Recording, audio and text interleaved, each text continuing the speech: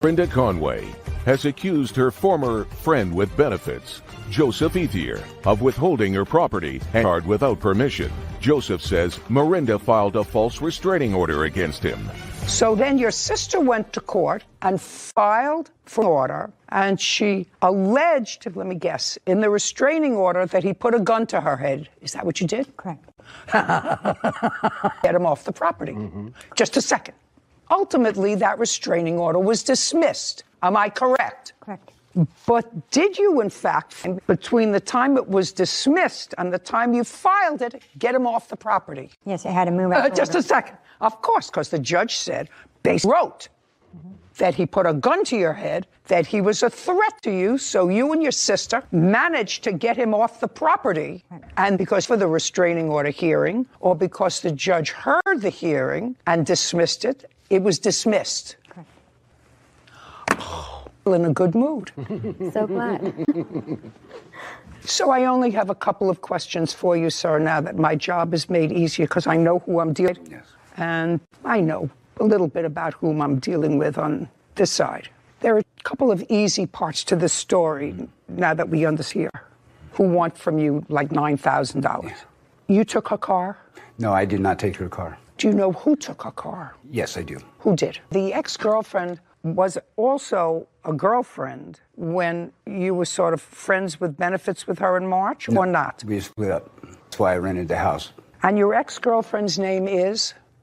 And the car was impounded. Do you know when your ex-girlfriend took the car? No, I do not. Is that information? No, I did not. I never spoke to the police about a car. How did you find out that your car was an impound? I came in on my flight from Oregon on July house. My car was gone. I thought maybe it got towed, and so I called the city to see if it got towed. They said no, it didn't get towed. I tried calling Rich several times until I called him to see if maybe he had the car for some reason. He never did answer my call, and then July 4th, I reported the car stolen. July 24th, got a hold of me, Facebook messaged me, said that... Just a second. Don't tell me what she said to you. If you have it in your phone, I will look at it. Okay. So he said, girlfriend took the car. Mm-hmm. So now I'd like to see what you have from her in your text messages.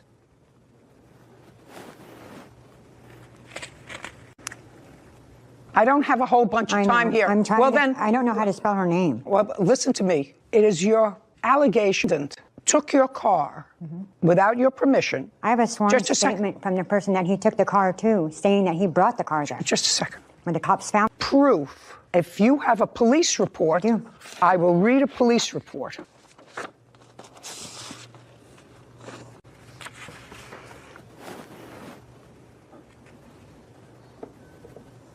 And then I have the conversation.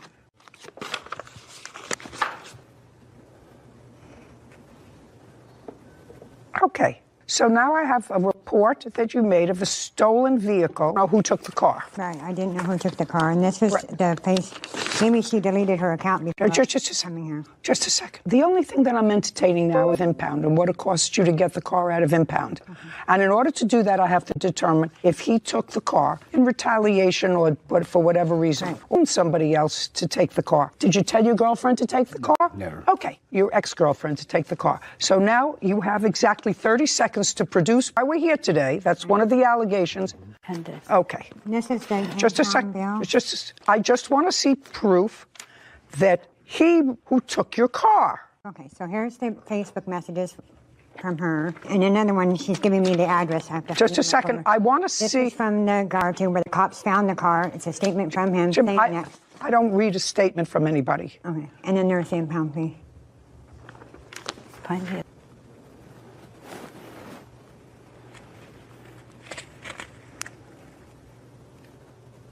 Your ex-girlfriend's name?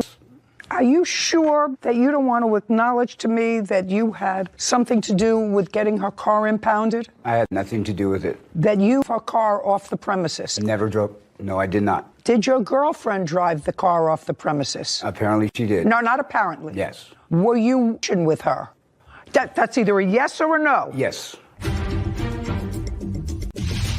Brenda Conway has accused her former fits, Joseph Ethier, of withholding her property and using her debit card without permission.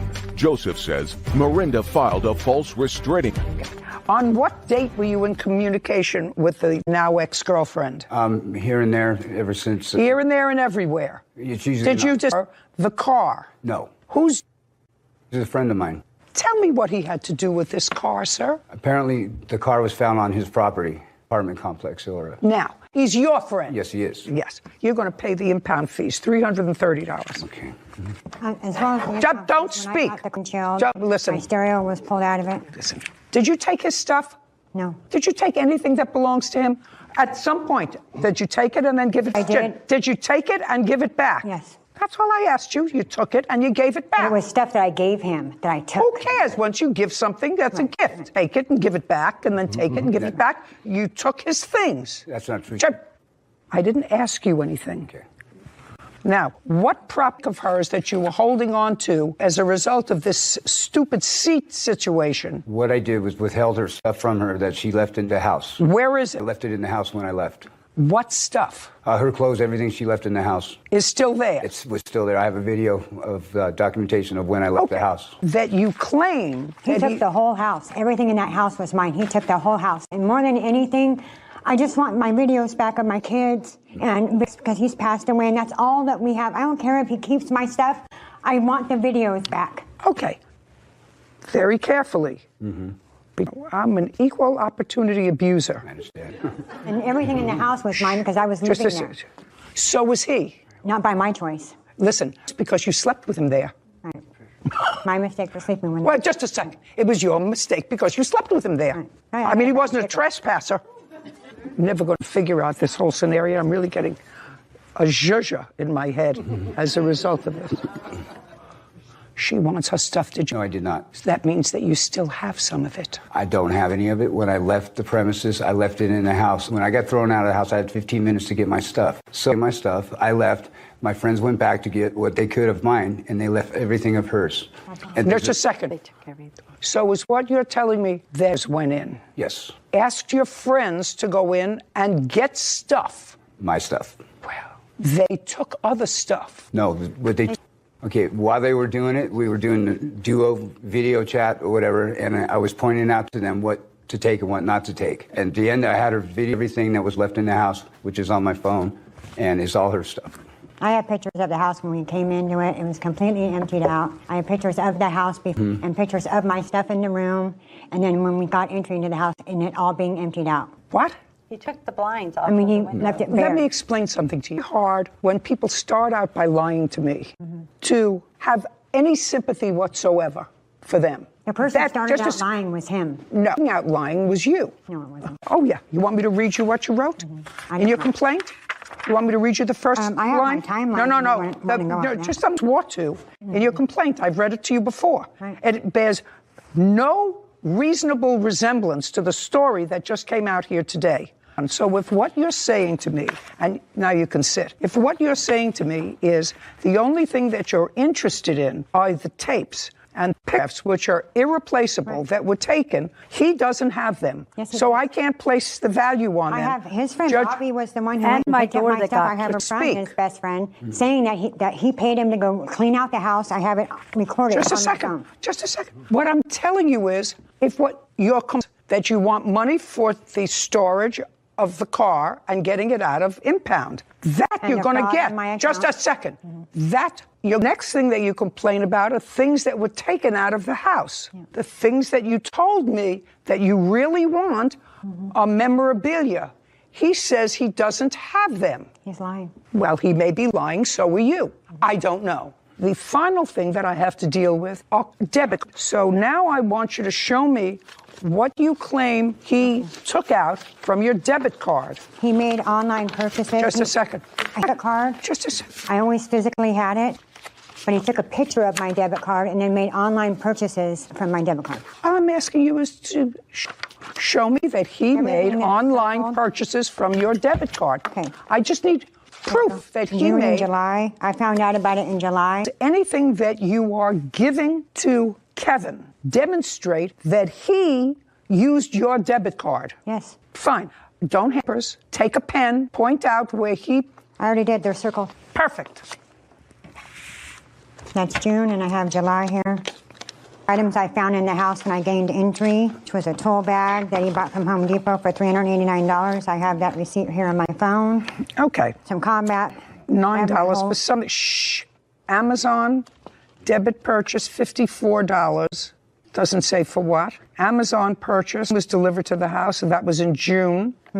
Were you still living together? I left the house in June 6th. You left the house June 6th. It Just a happened second. June 8th. When did you return to the house? I never did. After June. I returned there August 5th.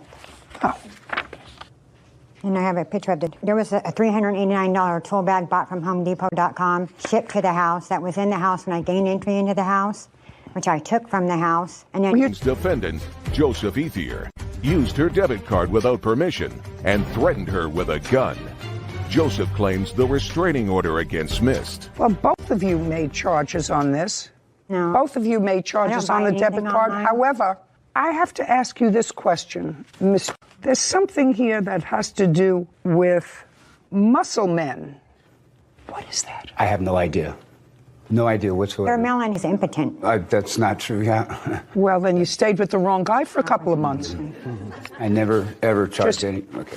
Is what you're telling me says that it was shipped or that you ordered it, unless you can show me, other than the fact that you circle things that say. I've got my whole year history here. I don't online. I don't buy anything on Amazon.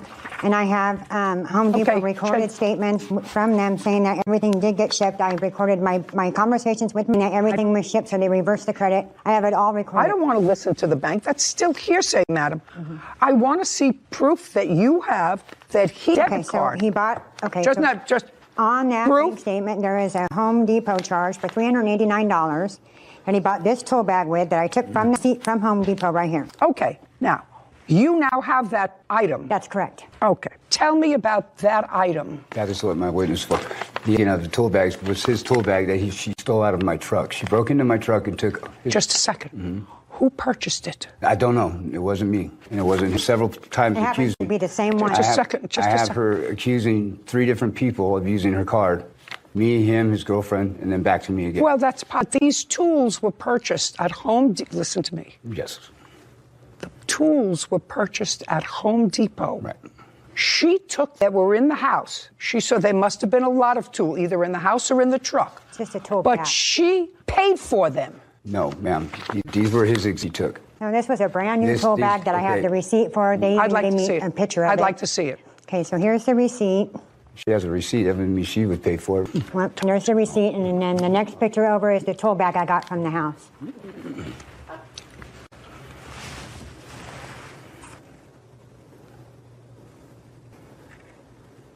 And just happens to be the same tool bag as in my receipt. And you took it. I did. You have any use for it? Give Did it you to the try? cops for evidence. I try to give it to the cops. for Just a evidence. second. Yeah. Don't speak. This isn't a dance. And then there was $953 in purchases, and one of them was for a Plenty of Fish dating site that I asked Plenty of Fish to invest profile. Yeah, okay. $841. That includes the 2 things that I find over there that were in fact yours. $330 for the towing, judgment for the plaintiff. We're finished. Thank you. What about my other account? Court is adjourned. All the- You should be very lucky that I'm awarding you anything. You used the court to get him out of the house with a false allegation because you couldn't get him out of the house otherwise. You're a very lucky penny. Do you understand? I don't think that the courts are supposed to be abused like that when housing court is. Just a second. You had a choice not to commit fraud by lying to the court and telling them that something happened that was violent, that didn't happen because the 3 of you have a crazier arrangement. So what I'm telling you is, you're lucky you got a penny. We're done here now. And what about my stuff? We're done. This way. Well, I don't believe she should have been awarded anything because I never stole her car, never bought a tool belt. She stole that from me out of my. Him committing fraud on my account, stealing my car, taking over my house, and just being a nuisance, really. As far as I know, she went out and purchased it and had something as evidence against me or whatever.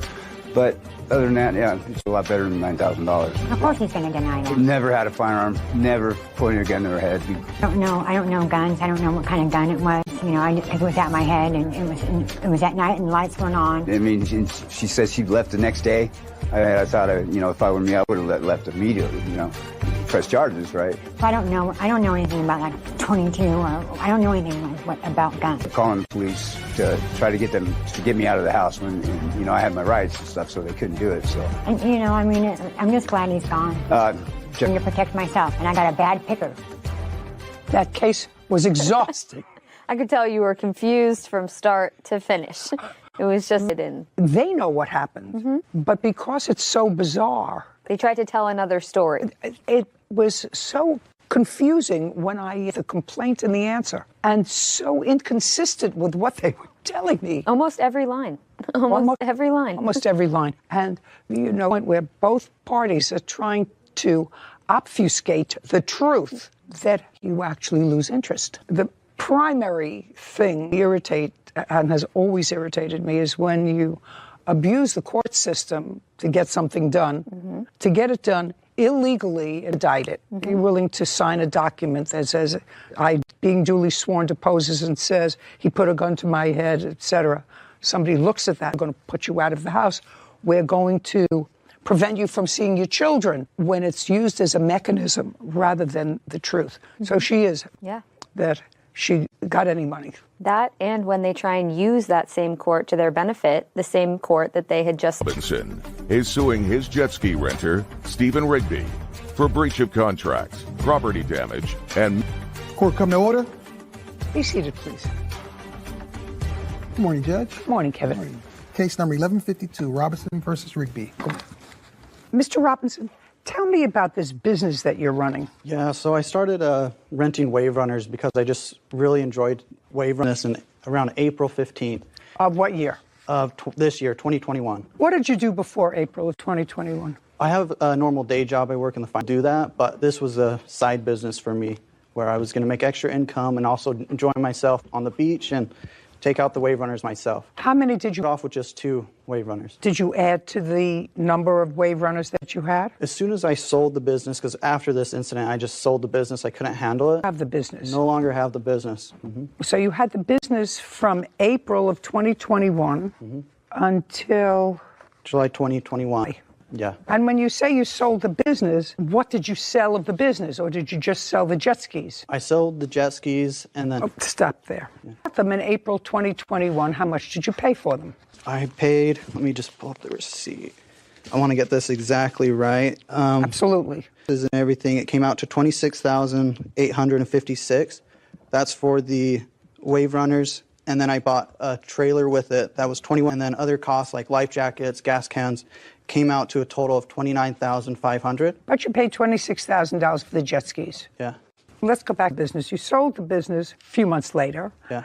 And when you sold the business, you sold the jet skis. Yes. Who did you sell them to? I sold them to my witness. Oh, Nathan, who missed the appointment. Yes. Yes. That's interesting. And did you create a bill of sale for Nathan? Yes, I did seller financing. He didn't have the seller financing. You have a contract of sale with him? I do, yes. I'd like to see it. Would you show me the contract of sale? Here it is.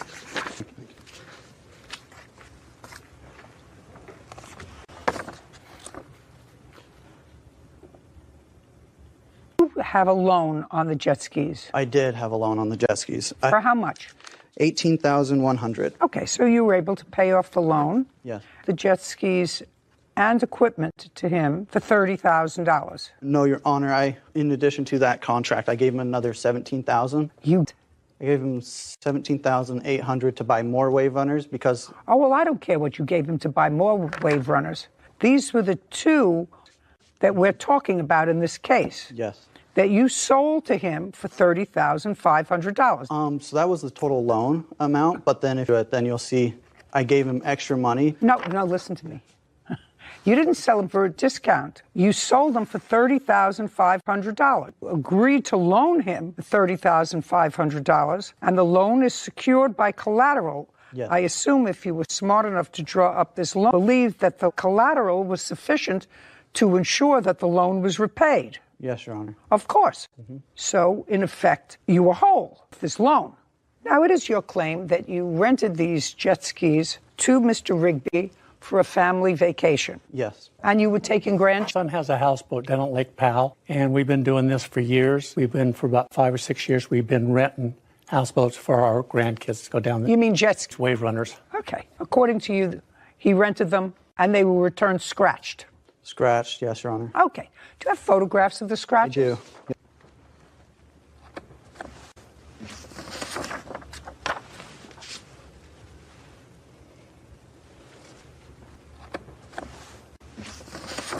Did you ever arrive at your destination, Mr. Rigby, Yes, I did. with the jet skis? Yes, we did.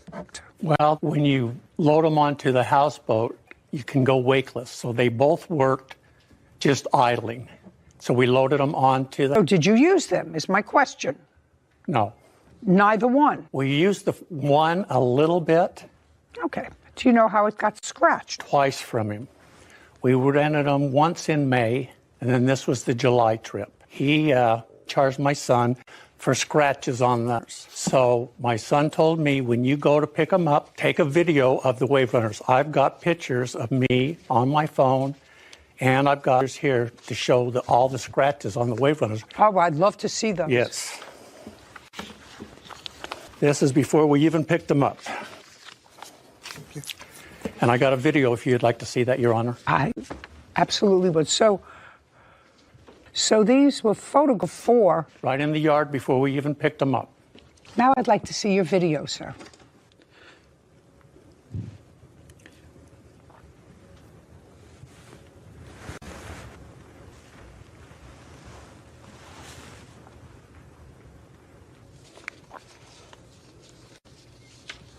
Okay.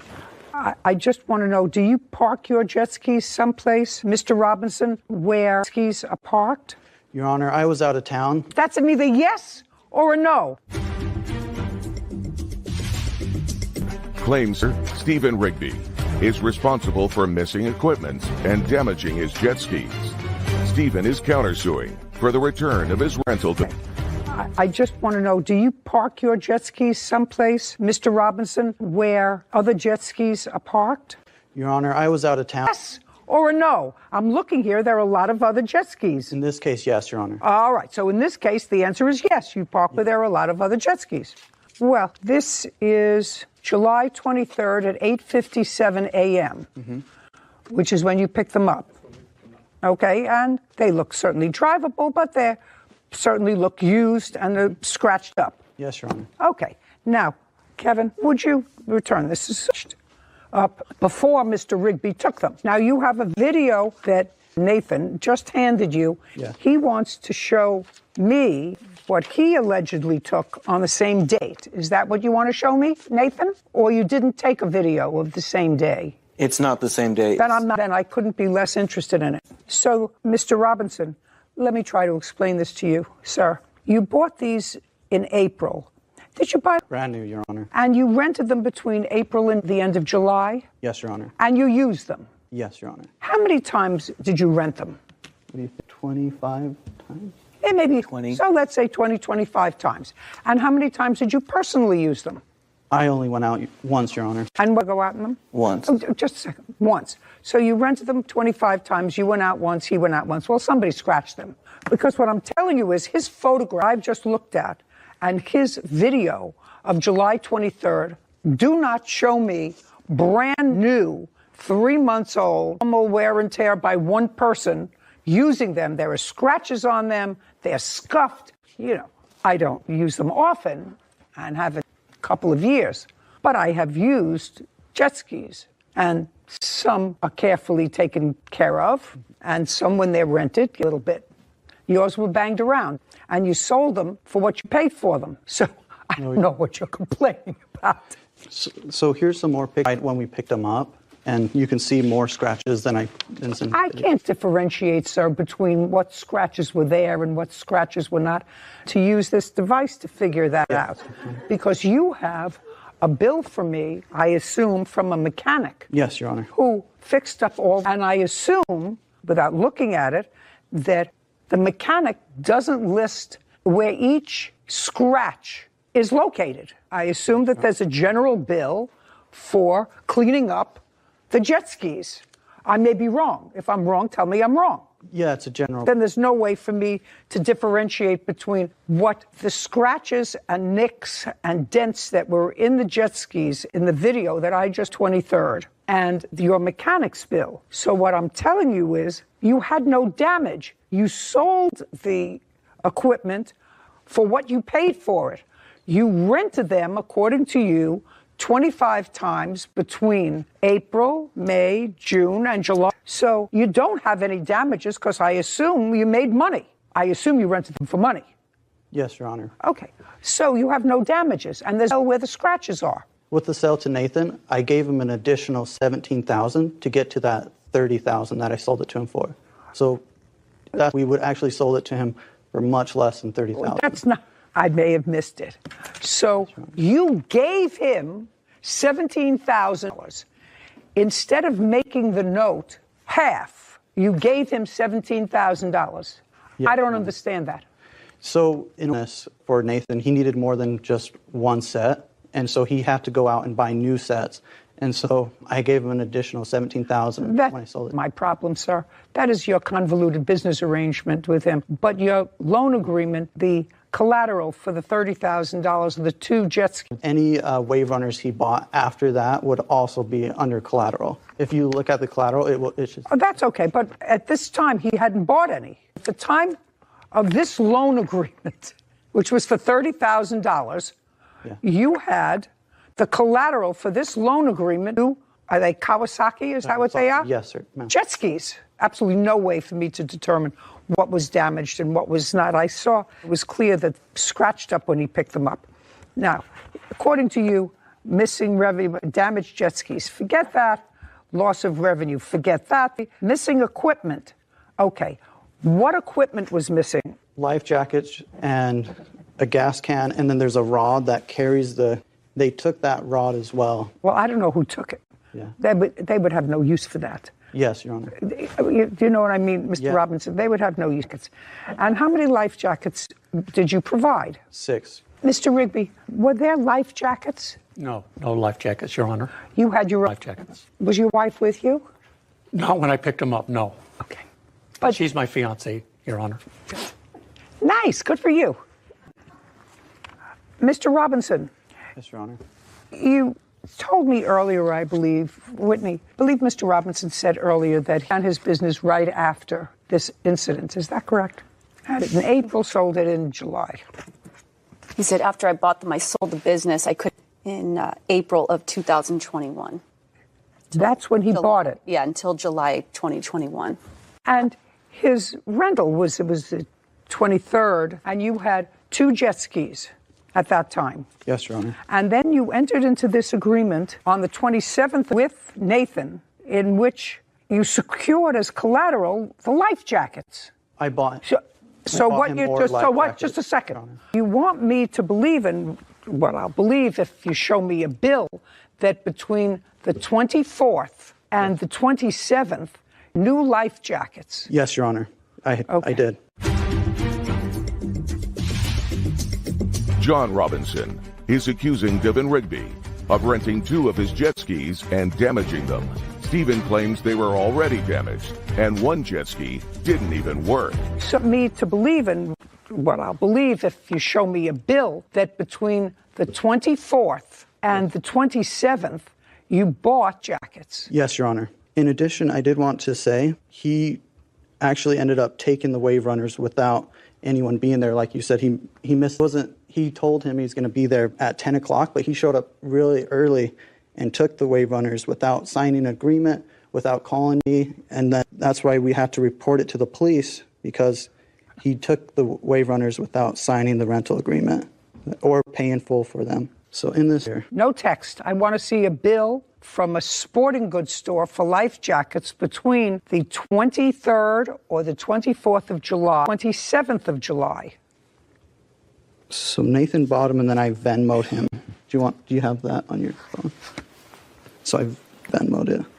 It was an eBay purchase. I don't care about eBay. I want to see a receipt for life jackets between those two dates, 27th and after July 24th. Here's a Venmo of me Venmoing him for those life jackets. Nathan's going to have to get me them. Right here. Let's see. And the date he bought them.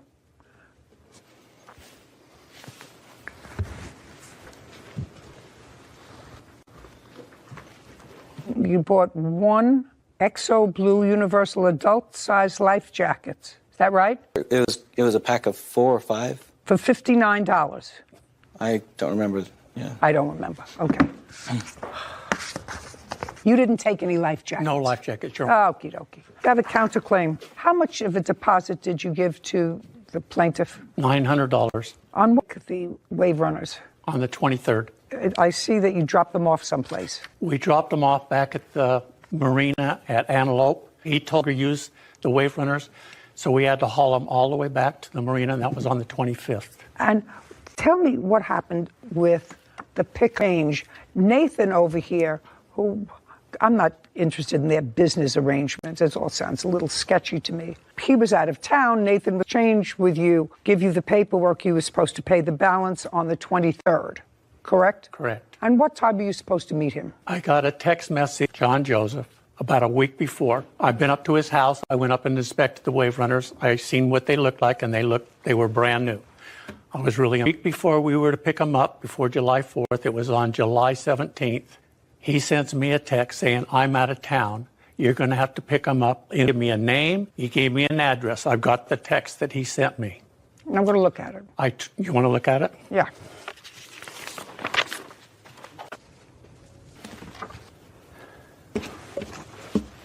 So you had been to see them, and they were brand new when you saw them? When I went, that was back in, yes. And then we move forward to the end of July. Right. So that's the text he sent me to pick them up. No, you can see no name, no nothing.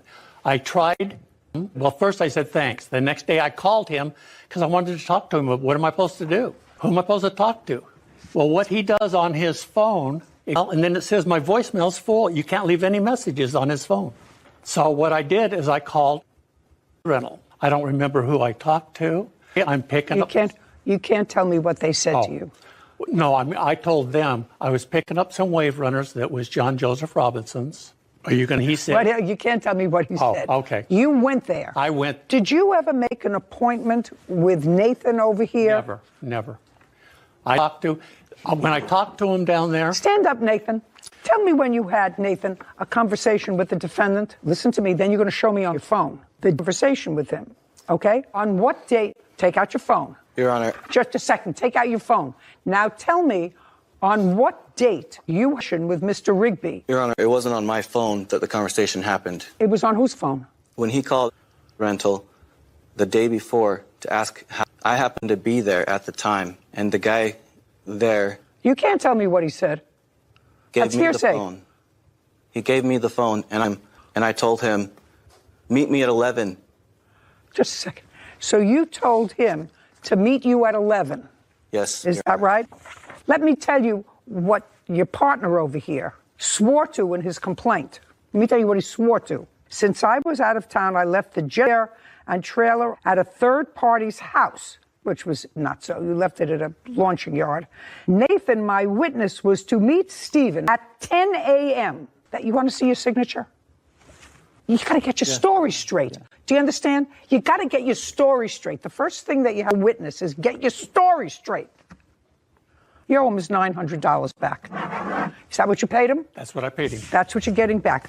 Your case on the counterclaim for $900. Thank you very much. We're done. Court is adjourned.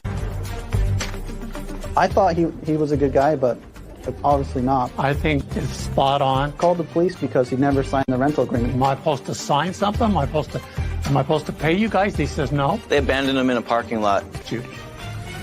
I learned a good lesson from that case. The defendant did a great job taking a video with a timestamp before he even took the jet skis, plaintiff's property, or wherever he had left them. And I think that's a good lesson for everybody before you lend someone, even a friend, anything of yours. You know, take a photo or two, just verified document that you could show in court, just like the defendant did here. So we did our job today. You learned something. Suing her neighbor, Mark Seufer, for vet bills and property damage after his pit bull attacked her. Court coming to order. All rise. Have a seat, everyone. Hello, Judge. How are you? Case number 11 Rokel versus Soifer. Thank you. You're welcome.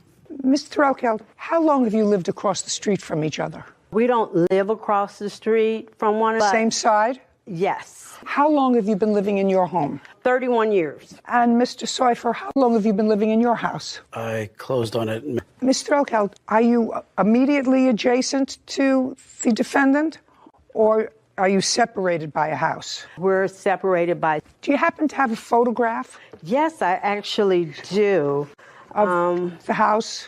I'd like to take a look at it. I have to the order.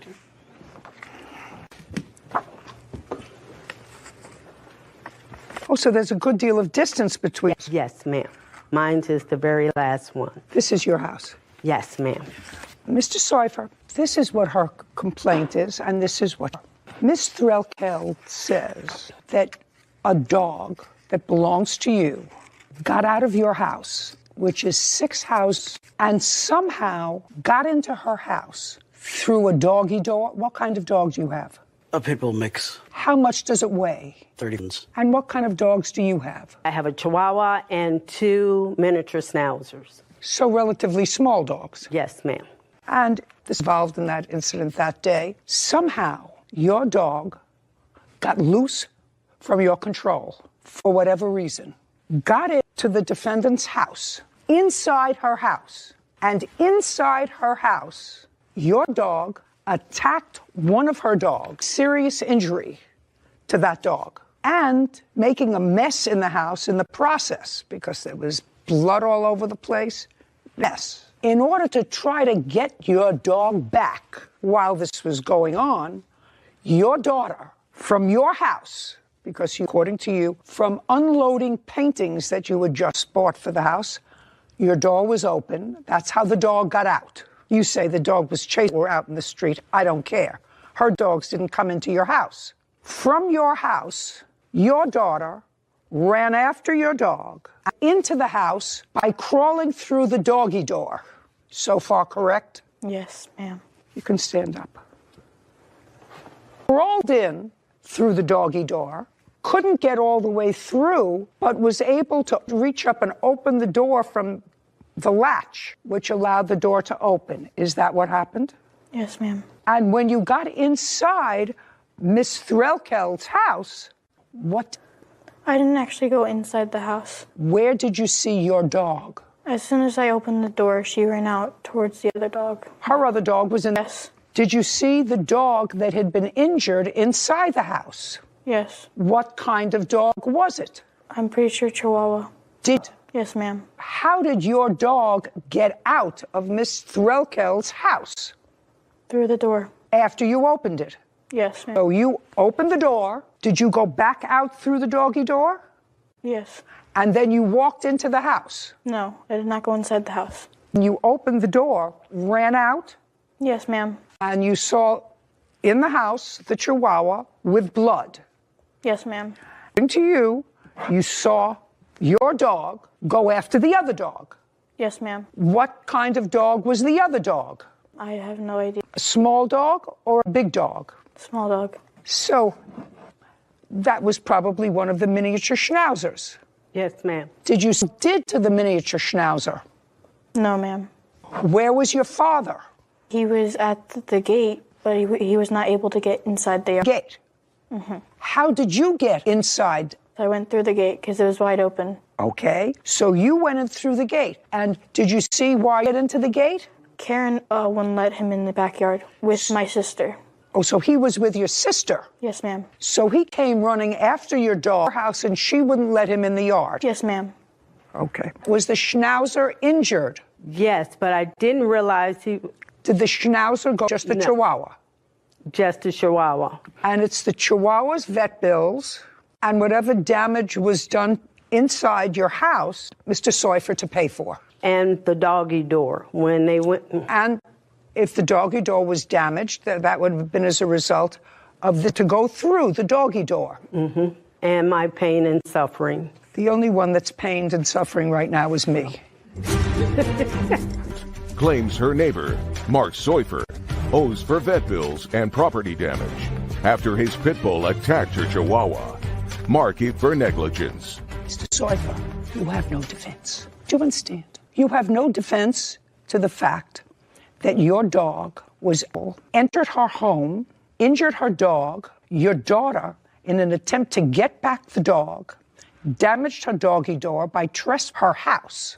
Your suggestion that it's her fault because her dogs were free without a leash. If her dogs damaged to your home, if they were out without a leash, I would say, well, I'm going to hear that. But even if they were outside without a leash, not a defense for your dog, much bigger, much more potentially aggressive, to be out of your control and to run down into her house. Do you understand that? I would say that it's not 6, but 3 houses. No, Who cares? How many are yours from hers? 3. 3. So the dog ran 3 houses away. Yes. And your daughter ran 3 houses away. This isn't a common driveway. Was out of your control for 3 times the width of this courtroom, at least. Out of your control into her house. What do you think could possibly be a defense for that? Well, I think it's also relevant that issued citations not to me, but to my neighbor. Then they were stupid. The animal control officer who showed Don't tell me what an animal control. I'm telling you, you bought your home, sir?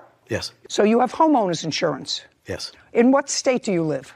Missouri. Missouri? Yes. Did you ask you if you had a pit bull? No. Really? What insurance carrier do you have? Originally it was USAA and then became Safeco. I don't know which date was my insurer. No, I'm just asking you, sir. Yes. Where in Missouri? Veneta Park. What's the county? St. Louis County. Missouri. We have anything interesting from St. Louis County, Missouri? I'll let you know. Okay. She's going to get back to me.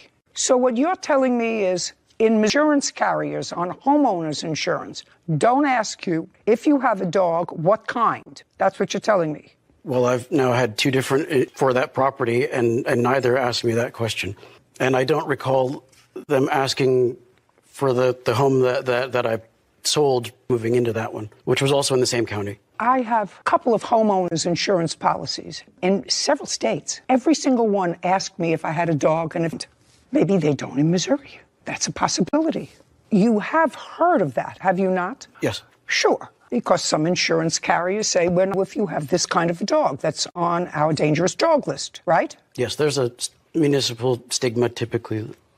It's not a municipal stigma. Insurance carriers will not insure you if you have a particular kind of dog, or they charge you an excessive premium if you have that kind of dog, sir. Yes. Did you ever hear of a Chihuahua being on that list? No. How about a miniature Schnauzer? No. But you have heard of the pit bull being on that. So you know what that means? That means if you have a pit bull or... Sorry. Yes, excuse me. There's a city ordinance actually for that exact town that says 5-215, keeping or possessing a pit bull dog. No person within the city raise, maintain, possess within his or her custody or control of a dog of the pit. Did you know that? No. She's going to read it to you again. No person within the city raise, maintain, or possess within his or her a dog of the pit bull breed. And it says just that one dog? Or is it more than that one? It says pit bull breed is defined to mean any dog descending from the following lists, a list of dogs. Now do you understand, sir? Yes. Okay. So that means, and you seem like an intelligent man, and your daughter is your name is Naomi? Yes, ma'am. Naomi. Naomi is a truthful young lady.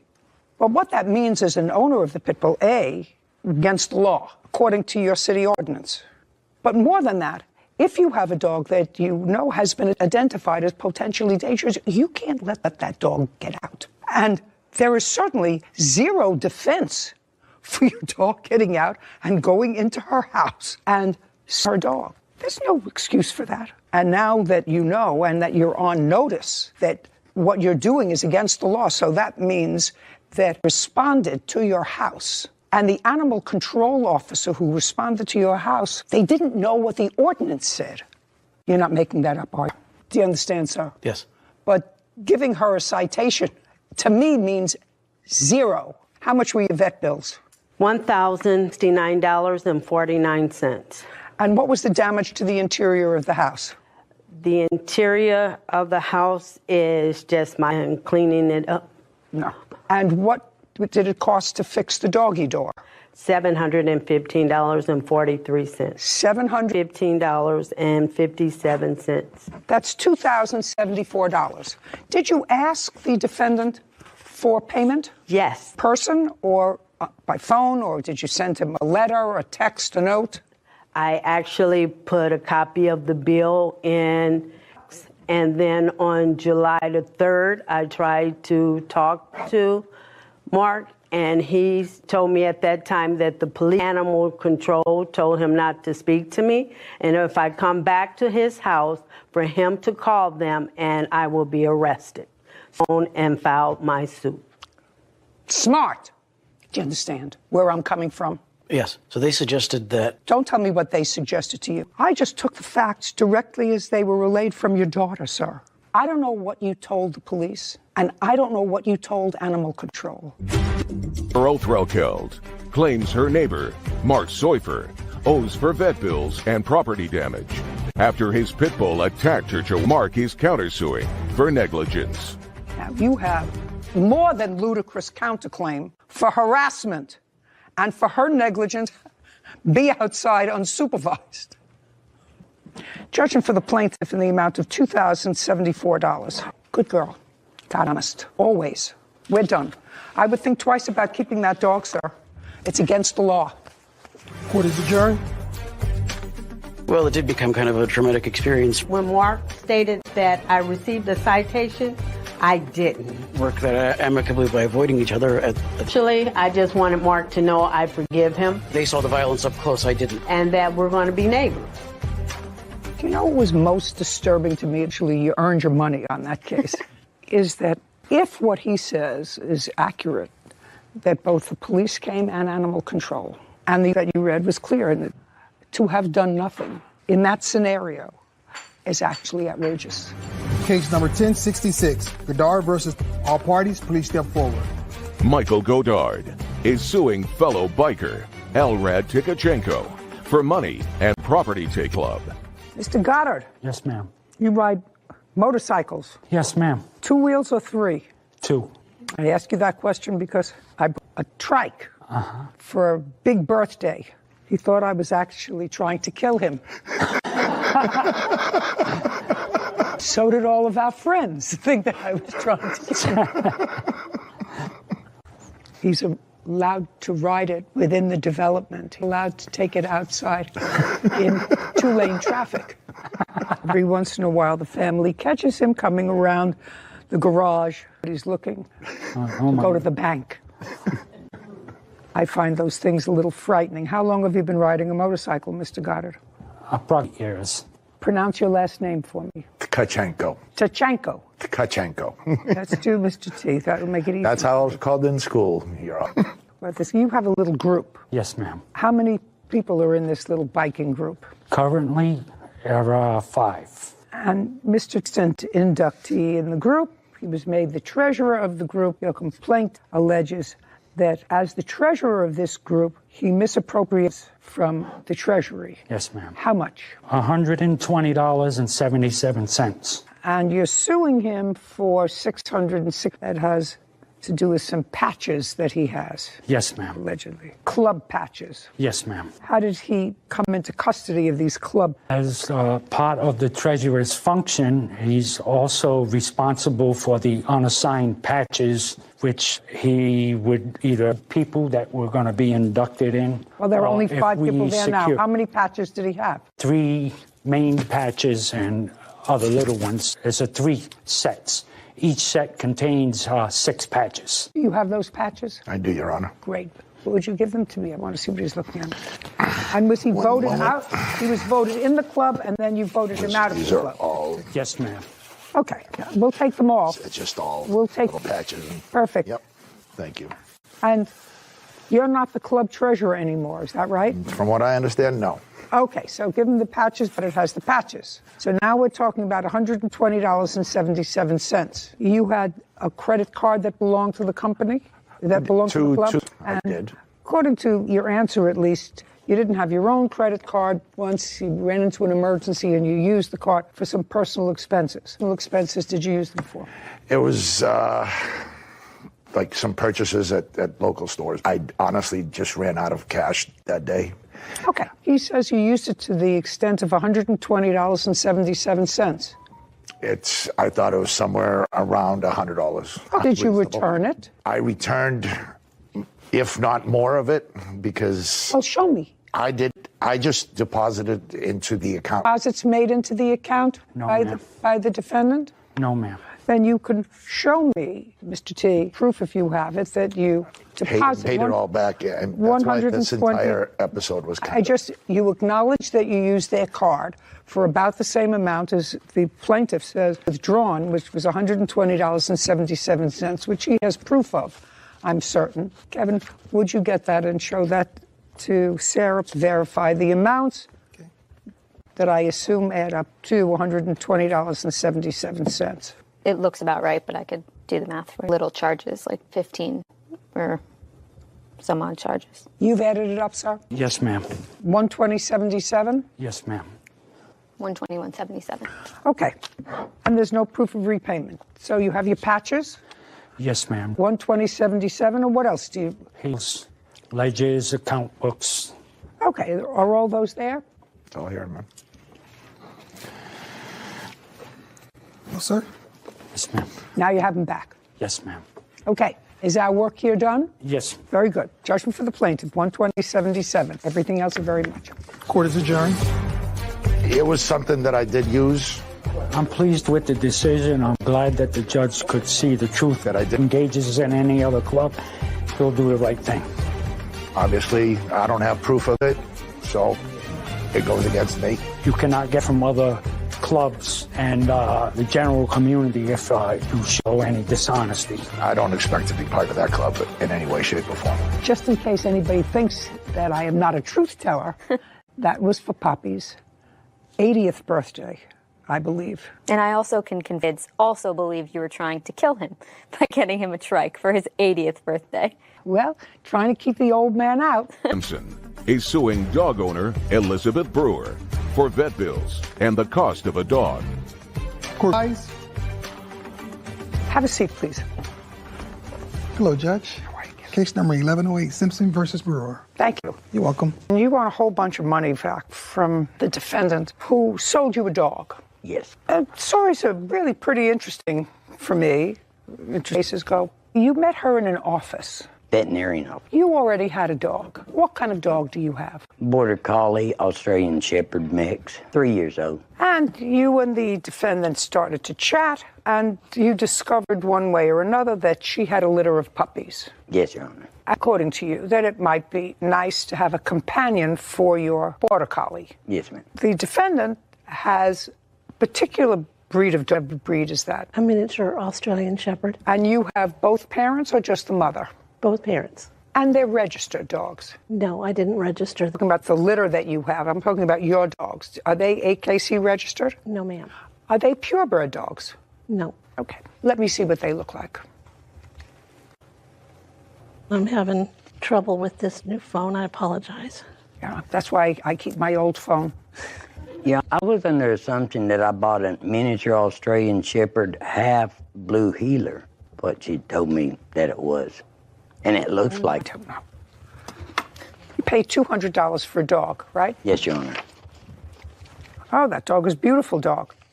Do you have a picture? On the same phone.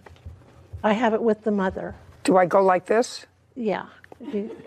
There's so many pictures in there, I apologize. That's the mother. Mm-hmm. They're beautiful dogs. Yeah, and this, Your Honor, is a picture of her when the day that Mr. Simpson came and picked her up. Okay.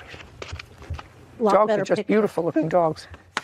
Would you return this to the defendant, please? So, Mr. Simpson, you discussed with the defendant this litter of puppies that she had. This is what, I think her name, this is what Sadie looked like when you brought her home. Yes. And in what month was that? I want to say April the 1st. April 1, 2000. And then there came a time when two things happened. First of all, your older dog, whose name is? Blue. Blue. According to you, you noted was a little depressed having this puppy around. I understand that. I've been through that with dogs. You know, they're the center of attention. All of a sudden, you get a piece and gets a little bit more of your attention, and the older dog gets a little depressed. Sometimes they work their way out of it, and sometimes, in addition to Blue being a little depressed, this little puppy was digging holes in your backyard. Yes. She was a digger. Yeah. And you called the defendant. What day was that? I texted her. On what day? July the 31st, 2000. So you would have the dog April, May, June, and July, 4 months. So the dog was really 5 months old at the time because you took the dog when probably too young to be taken. But you had the dog for 4 months, and at this point you texted her. I'd like to see the text. It's the one in the green. Show me the same text.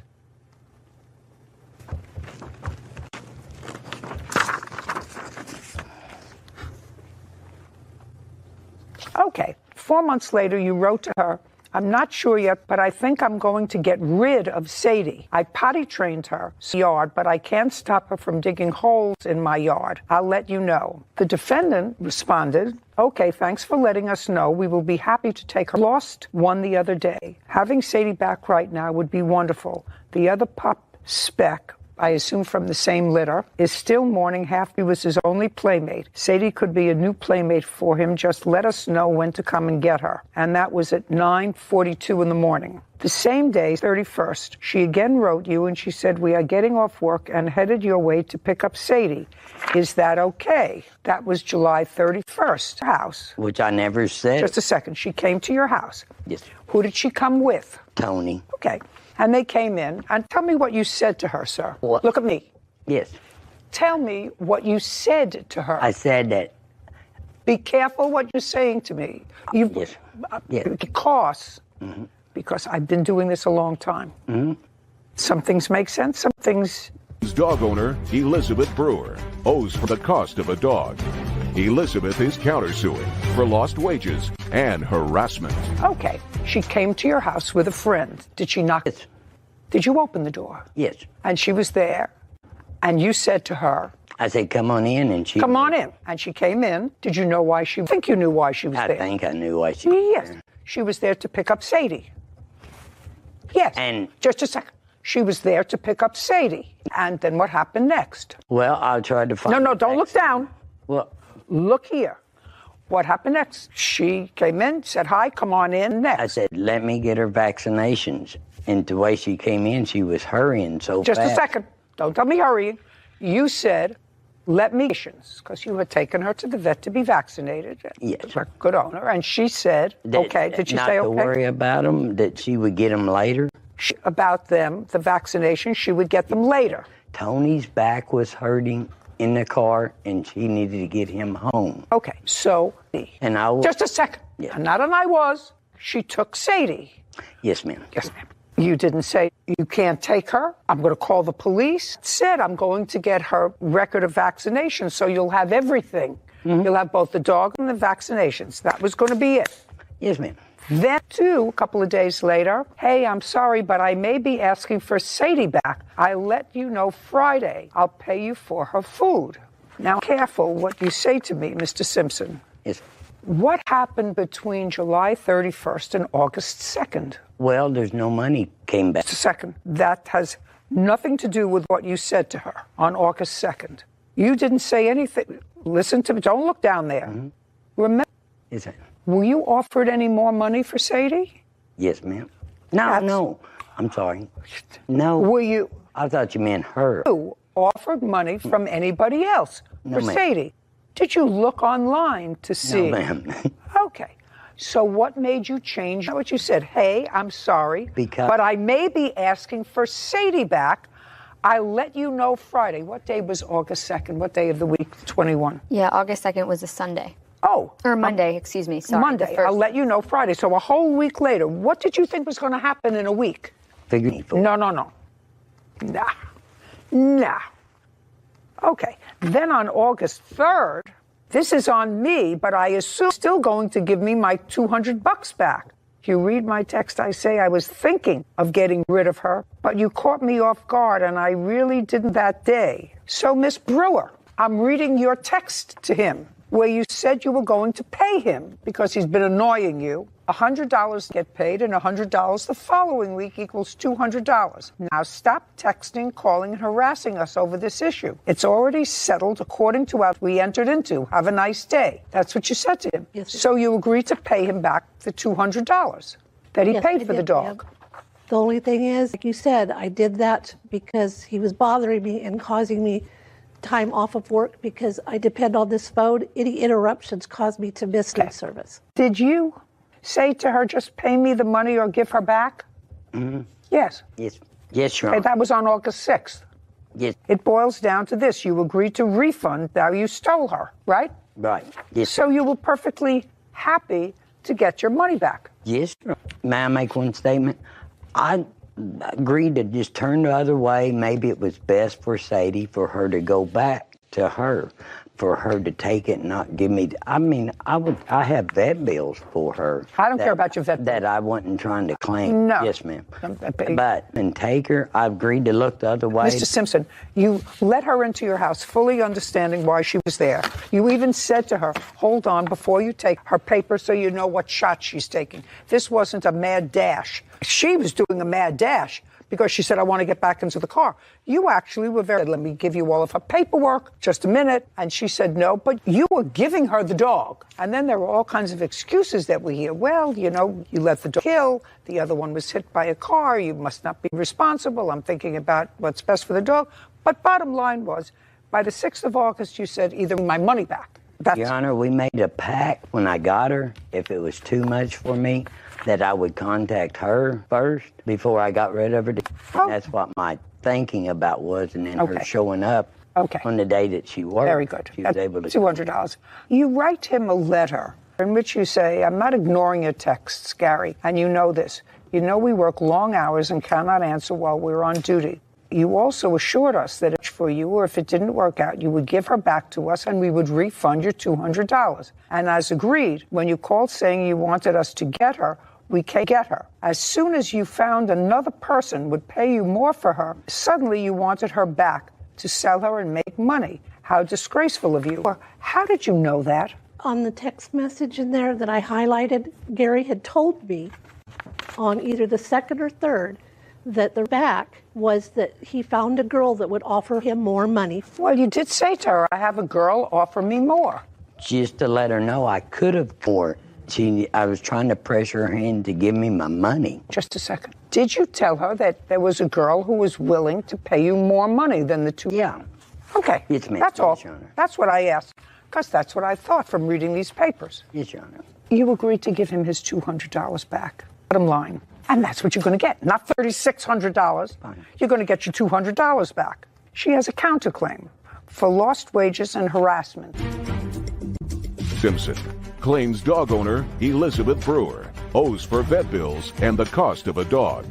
Elizabeth is lost wages and harassment. What lost wages? Whenever he would text me, it would interrupt my app, which I use, the platform, for my food deliveries, and it caused me to lose business. That's what happens when there's a disagreement. If you were going to pick up the puppy, you should have brought $200 with you. The claim's dismissed. Judgment for the plaintiff in the amount of $200. We're finished. Thank you very much. Court is adjourned. It was never about... He'd love her to pieces. I mean, she's an awesome little dog. I think he got in over his head, and when he found out how valuable she was, or that he got off with just $200 for, I think that's what it was about. He wanted her back so he could get the $2,500. I set out exactly what I intended to do, and that was win this case. It was a very simple case, Sarah, but, you know, the one good thing about these text messages is you memorialize at least concepts. Memorialize things so you can understand it very often, because it amazes me that nobody knows how to put together a sentence. There's no punctuation. There's no sentence structure to sort of guess what the intention is.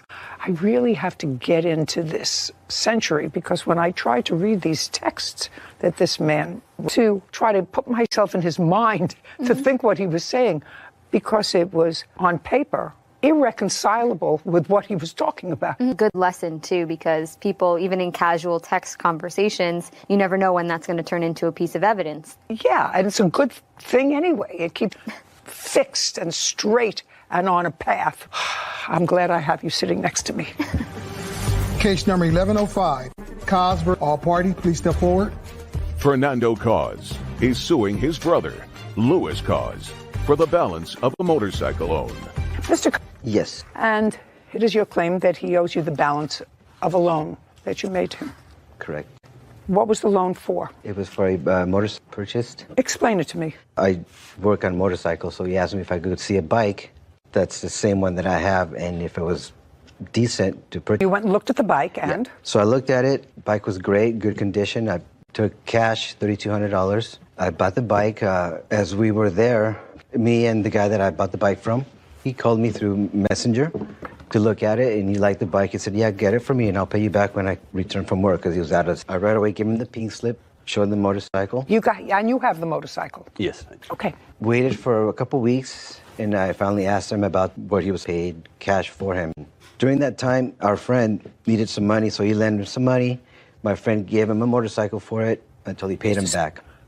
Let's stop right there. Before he paid you back the money... He didn't pay me back. Before he did pay you back some money. He did, yeah. But before money, who lent who money? One of our friends lent him $2,000 because he needed... Okay. Did somebody lend you $2,000? No, I lent him. You lent a friend? Yeah, neutral friend. So you lent the friend, this mutual friend, $2,000? Yes. What does that have? The reason why I say that is because when I asked him 2 weeks after I gave him the pink slip where my money was, he said, well, I already paid you because I pretty much traded the bike. And I Traded asked him, what bike for what money? That's exactly what I asked him. No, what are you traded- talking about? Explain that to me. No, what I told him is, because he had $3,800 when I left, I sold the car and he kept the money. And when I got home, I told him that I'll pay him the 32, but I for him, and I charged him $480, and he never paid me that. Just a second. This has nothing to do with the bike. This has nothing to do with you paying some dollars. Am I missing something? Well, I don't know why he's bringing that up with I don't know why either. $2,000. Yeah, It was that's very totally easy. different. $3,200. Yeah. You paid him some... 7. Right. That's what you say, and that's what he says. Yes. So that leaves... $1,400. No, 32 less 2,700, back 27. Just 27, and he owes me $700. He owes you 700. Yeah.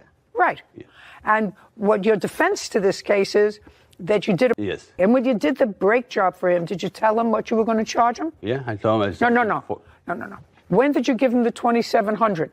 I wrote it there. It was 6/29. Sorry, and then 6/5/21. I wrote another one for how? Let me see.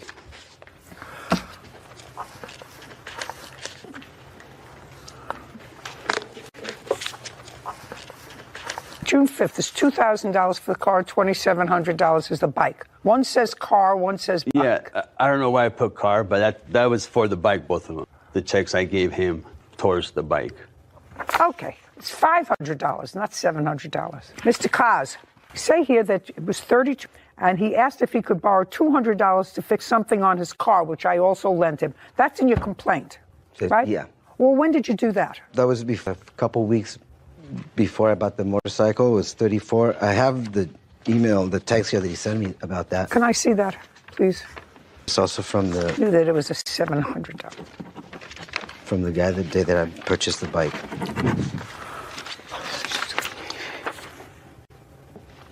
I don't see anything about $200 here. That's what I lent him the money for. It doesn't say that I'm giving him the 200. 200. Does it say it? Of that vehicle, because he was short. Does that refresh your recollection? As far as I know, he paid 17. I don't know. All right, I have no idea. Yeah, So I don't far, know if there's a he paid. difference in the $32 and the $2,700 that you were paid. I go back to you, Mr. Kaz. When you fixed his carburetors or calibrated, did you discuss with your brother that you were going to write this off against your debt to him? No. No, well, then you can't write it off. That has to be agreed on by two say in your head, well, I fixed his brakes, and so now we're even. You can't say that. No, he has to agree to it. No, you understand? Yeah, no, I didn't say that. Good. Even. So don't fix his car anymore. You own the balance on the motorcycle. Anything else? Are we done here? Yes, we're done here. Thank God. Judgment for the plaintiff. Court is adjourned. $500. Goodbye. That's what I was looking for, some kind of accountability. I mean, it is what it is. He did do the brakes for me. Never mentioned nothing about the 480. I'm just glad everything's over. It's not my first rodeo with him. People do that all the time. They owe somebody money, and after a while, it becomes annoying to owe them the money because you will find a reason not to make that final last payment. I'm not going to pay my rent the last month. Let him use this. Last week, I drove him to the grocery store 3 times and used all that gas, so I don't owe him the money. I fixed his brakes and calipers. Well, you can't have that. It has to be agreed upon by both people. Absolutely right. So that happens all the time. It's just too bad that it happens. I have a feeling there's a whole lot of stuff that goes for others. Bottom line is you need 2 parties to a contract. If you're going to work off the rotors and calipers and brakes. P.J. Carter for breach of contract and fraud. Court come to order. All right. Thank you. Have a seat, please. Hello, Judge. Case 1069, Lewis versus Carter. Thank you. You're welcome. What got you interested in breeding dogs? I love the breed, and I wanted to help bring something to the breed to help bring healthy dogs into the breed. Bull Terriers. Had you ever had a Bull Terrier before? Yes, I actually found one for my husband. Where did you get the one that you got for your husband? On Facebook. He wasn't AKC registered or anything. Well, if not AKC registered, how did you know that the one that you got for your husband, a purebred Bull Terrier? Well, we were told that he was purebred. We saw his mom and his dad. Well, you saw 2 dogs. Yes. But at that point, interested in breeding. Okay. And that's a male dog? Yes. Who I gather from these papers has never been neutered. No. You have an unregistered, unneutered dog. And according to you, I think what you said is you wanted to do something for the breed. Would you read that back to me? She said, I love the breed and I wanted to help bring something to the breed to help bring healthy dogs into the world. Okay. So you went looking for a female? Yes. Just to be what? A companion. Okay. Not to breed? No, I actually have evidence. Just a second. Not to breed? No. And how did you find the defendant? On Facebook. She is, according to your papers, a recognized breeder of Bull Terriers. Yes. Pay for your husband's dog. $400.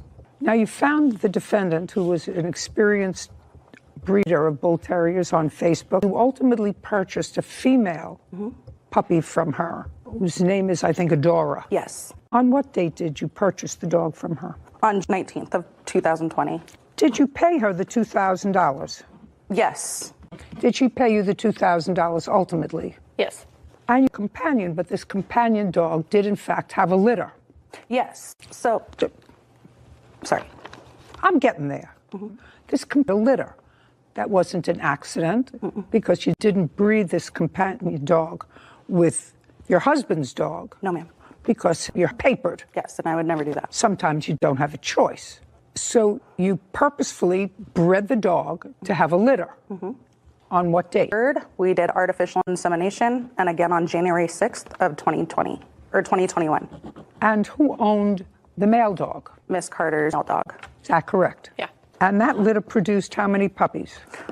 6. Now, when you purchased this puppy, you had a co-agreement with the defendant? We did not. She gave me a year because she said that we were very knowledgeable with dogs, so on and so forth. She what? To figure out if we wanted to breed her or not. At that time, we could enter a co-own agreement. Okay. So when did you, in fact, enter into the If the dog was bred in January with a friend of hers, there evidently was a meeting of the minds that you were going to use this dog for breeding purposes. Yes. So then you entered into a co-ownership agreement, which I'd like to look at. Yes. Because it has terms on it. Kevin? She was paid off, was on... Just a second.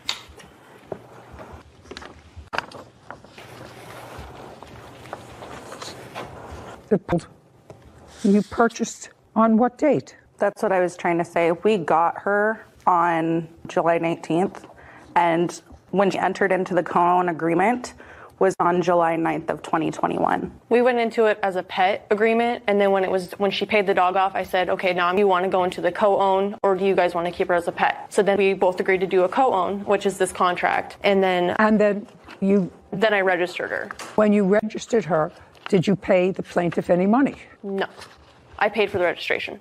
Okay, so let me understand this. She paid you $2,000, right, and it was sold as a pet. Right. Just want to get it clear. If she decided within the 1 year she wanted to breed her, then you would not get any puppies from the litter. No, I would. You would. So you were supposed to get how many puppies from a litter? 1. Did you get the first litter? Yes. Did you sell that puppy? Yes. For how much? She has not been paid or anything yet. It was to my best friend, but she was for $2,500. Okay. Did you remaining 5 puppies? Yes, ma'am. Or we kept 1. We sold 4. Sorry. Did you keep a male or a female? A male. How much did you sell the other? For $2,500 to $3,000. And how much approximately were the vet bills and the breeding that you had? Like $2,300. Okay. And what was the stud fee for the dog? $1,000. You spent $1,000 for the stud fee. Mm-hmm. And how much for shots for the puppies, etc.? I'm trying to figure out. You sold the puppies for an average of $2,700 piece, times 4. Well, there was 3 that was sold for $2,500, and then 1 that was sold for $3,000. Says dog breeder P.J. Carter.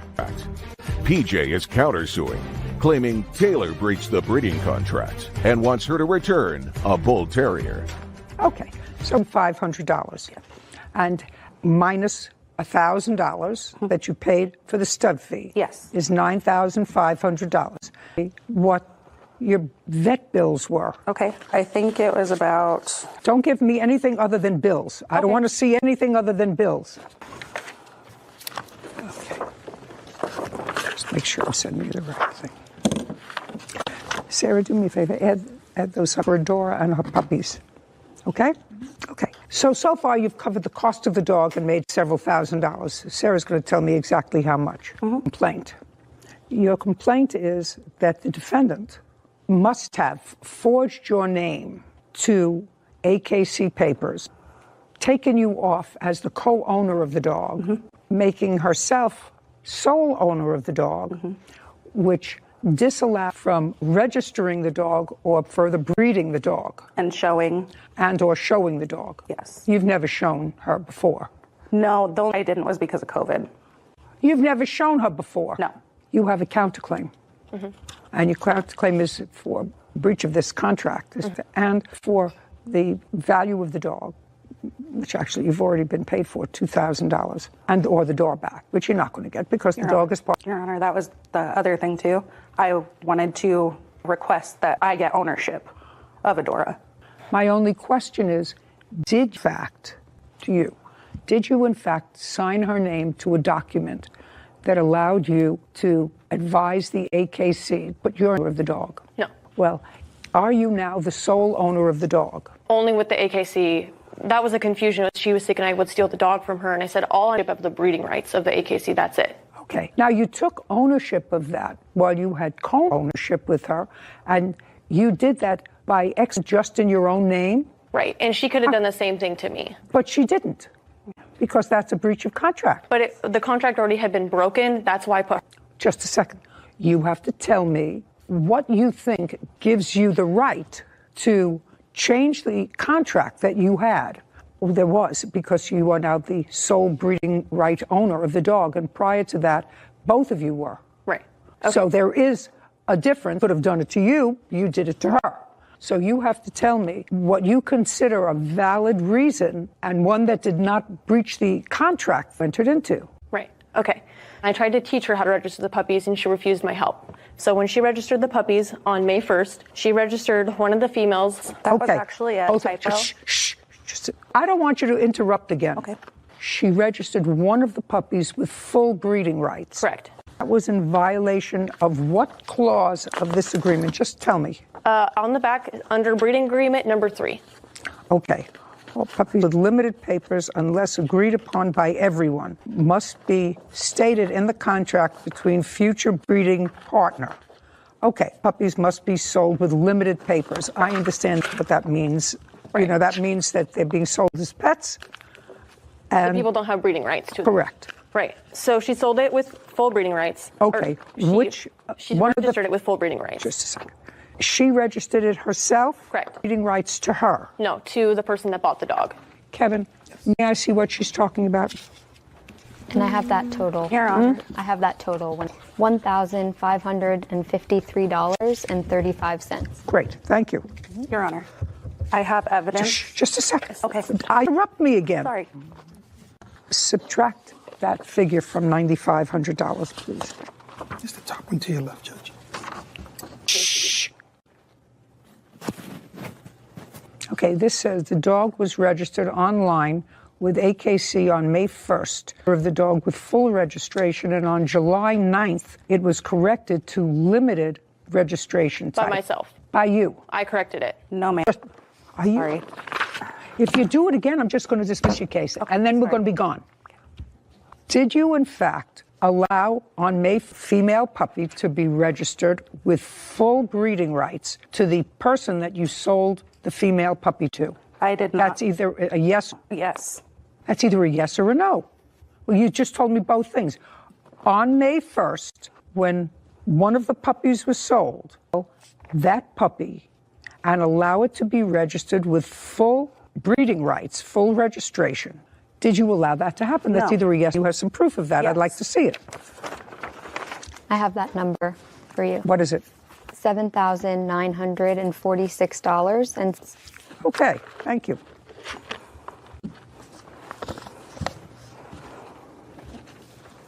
Okay, so according to this, the animal was sold with limited full co-own. I don't know what that means.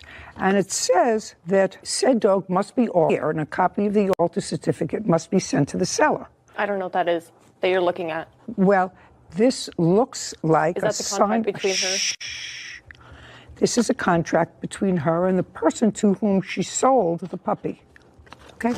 You can show it to the defendant. Just look at it before you explain it. Yes. So on the day that she registered 3 different puppies, the one they kept, the one they sold that I had no part in selling, and another puppy that I had sold for them. Out of those 3 puppies, those 2 full breeding rights and did not have my kennel name in the registered name. Okay. So how is it an accident? The puppy that I have I have nothing to do with gets full breeding rights, and AKC says they have full breeding rights. She registers 1 puppy correctly, 2 puppies incorrectly, the 2 that I have nothing to do with. So after Just a second. She's to that question. What is this that you're showing me? On the highlighted part where she says that she wanted no responsibility or anything to with rehoming the puppies. But you're not rehoming them. You're selling them. Sorry. She doesn't. What does that have to do with... Well, she was saying that she wasn't part of it. No, she doesn't have to be consulted about the buyers of your puppies. Taylor Lewis has accused dog breeder Pete of breaching their contracts and falsely claiming full ownership of their bull terrier. PJ wants Taylor to return the dog or get her fixed. They have to be registered in the proper way according to this contract, which she says they were not. And according to the AKC, they were not registered consistent with the agreement that you had with her, which is that she would be consulted. You would consult with each other with regard to breed and ownership. Well, so it's a problem. You want to keep this dog? Do you want to keep this dog? Yes, she's a part of my family. She's tattooed on my arm. Okay. And so far, according to Sarah's math and according to my figures, $10,500 less $1,000 for breeding rights. You had some $1,500 expenses with regard to the breeding of this dog, which leaves you with a net profit of almost $8,000. Okay, that's not bad. And if you deduct the $2,000 that you paid for the dog, you come out with a nice net figure. Yes. My question is, there was some discussion in the paperwork. You have a male dog at home that you believe probably is a bull terrier. You paid $400 for it, so I kind of doubt it. Dog is not neutered. Is it now? He was going to be now after this whole situation. Well, that was a shoulda, woulda, coulda. This has been going on for a long time. April, May, June. 2 years. Yes. It's been going on for a long time. So it took them a long time to get brains that you don't if you have no intention of, doesn't have an AKC bloodline. And if you, as you said in the beginning, wanted to bring something to the breed. You don't bring something to the breed, allowing a situation to exist in your home where there could be an accident. Yes, ma'am. I totally agree. But I did want to show you that PJ, at first, when we were talking about breeding and everything, that we had no intention of breeding, and we would get her spayed before we got, as well as she came back and asked if we would stud him. Okay, now I'm listening to you. So you have no further intent of breeding Adora? No, I was going to breed her one more time, just not with our male. That's a problem. Okay, I don't have to. I just want her to be my pet. Fine. If you just want her to be your pet and you just want to own her, then that seems to be, even for the defendant, a perfectly and obvious choice. You have her neutered, and she will consent to removing her name as co-owner. Is that right? Yeah, I told her I'd pay for her name. Just a second.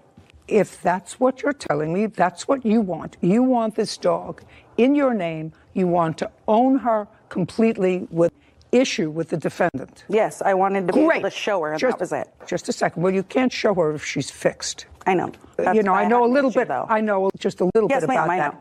Okay. So if you tell me, this is very easily resolved, that at this telling me that you would rather have her as a pet, she's part of your family, and you will have her neutered.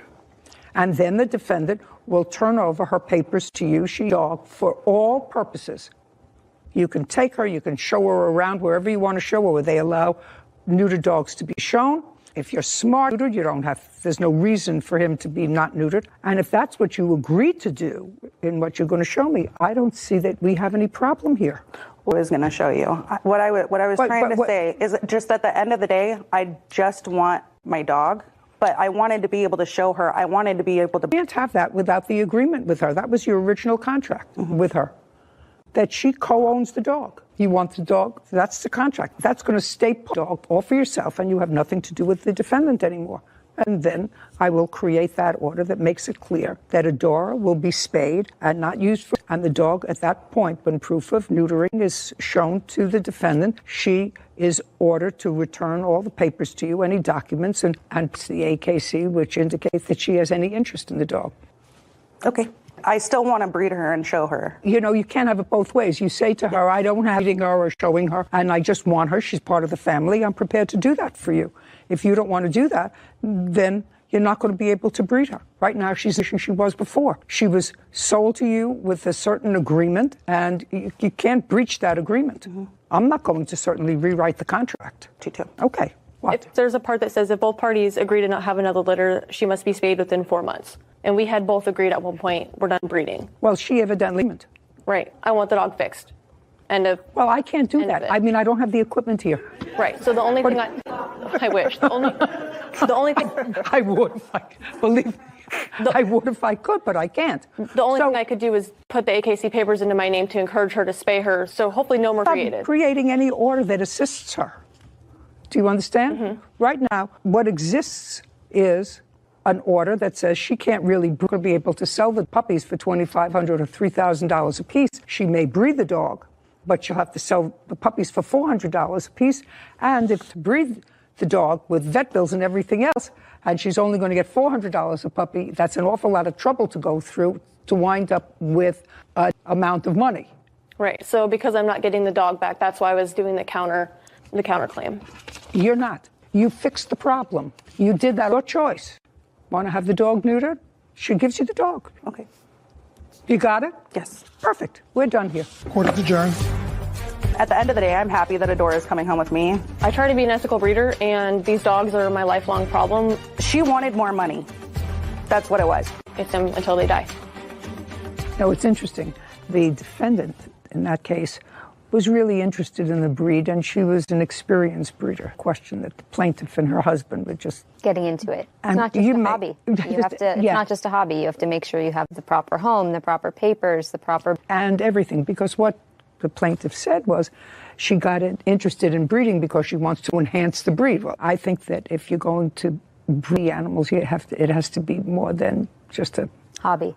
Just a hobby. And I say that having experienced it once and been once, it has to be more than just a hobby. You really have to be smart and committed. Entertainers Michael Brown and Lucy Morgenstern for a refund of a bus he purchased from them. Quiet. Have a seat, please. Hello, Judge. Case number 1151, Loud, Morgenstern. Okay. Could we do show and tell someplace else? Kevin? Yes, ma'am. You want to remove that? Perfect. You want your money back for a bus that you bought from the defendants. That's what the case is about. The table was your business, and I'm not interested in your business. We're not here to advertise your business. You understand that? Morgenstern, I'm going to ask you a couple of questions. Is he still your boyfriend? He is not. Not. When did he stop being your boyfriend? March of 2020. When did you purchase you? Give me the month and year. It was July of 2021. So it was at a time when you were no longer a couple. Yes. And you purchased the bus from a public auction. Is this the first time you went to a public auction? No. You've been there before? Yes. Yes. And so you at a public auction and you flip them. I wouldn't say that. I What would buy you say? for personal use because I'm a musician and bigger vehicles happen to be of my need for my... You bought this one in July of 2021 and it's a bus. Yes. And you bought it for the express purpose of using it in a band. Correct. Is the also a member of the band? He's involved in the management and yes. Great. When did you sell the bus to the plaintiff? Of 2021. How much did you pay for it at public auction when you bought it in July of 2021? We had paid a few $1,000s. No, I don't want. We're not talking about a decade ago. We're talking about a few months ago. How much did you pay for it at auction, July? And then I'm going to ask for the exact date. It was about $3,000 or so with tax. What year bus was it? It was a 2007. Had it been registered when you bought it? Yes, it had registration within the. You have paperwork on that? The paperwork was all together with what the purchase. I'd like to see it. It was given to them. May I see it? Yes, sir.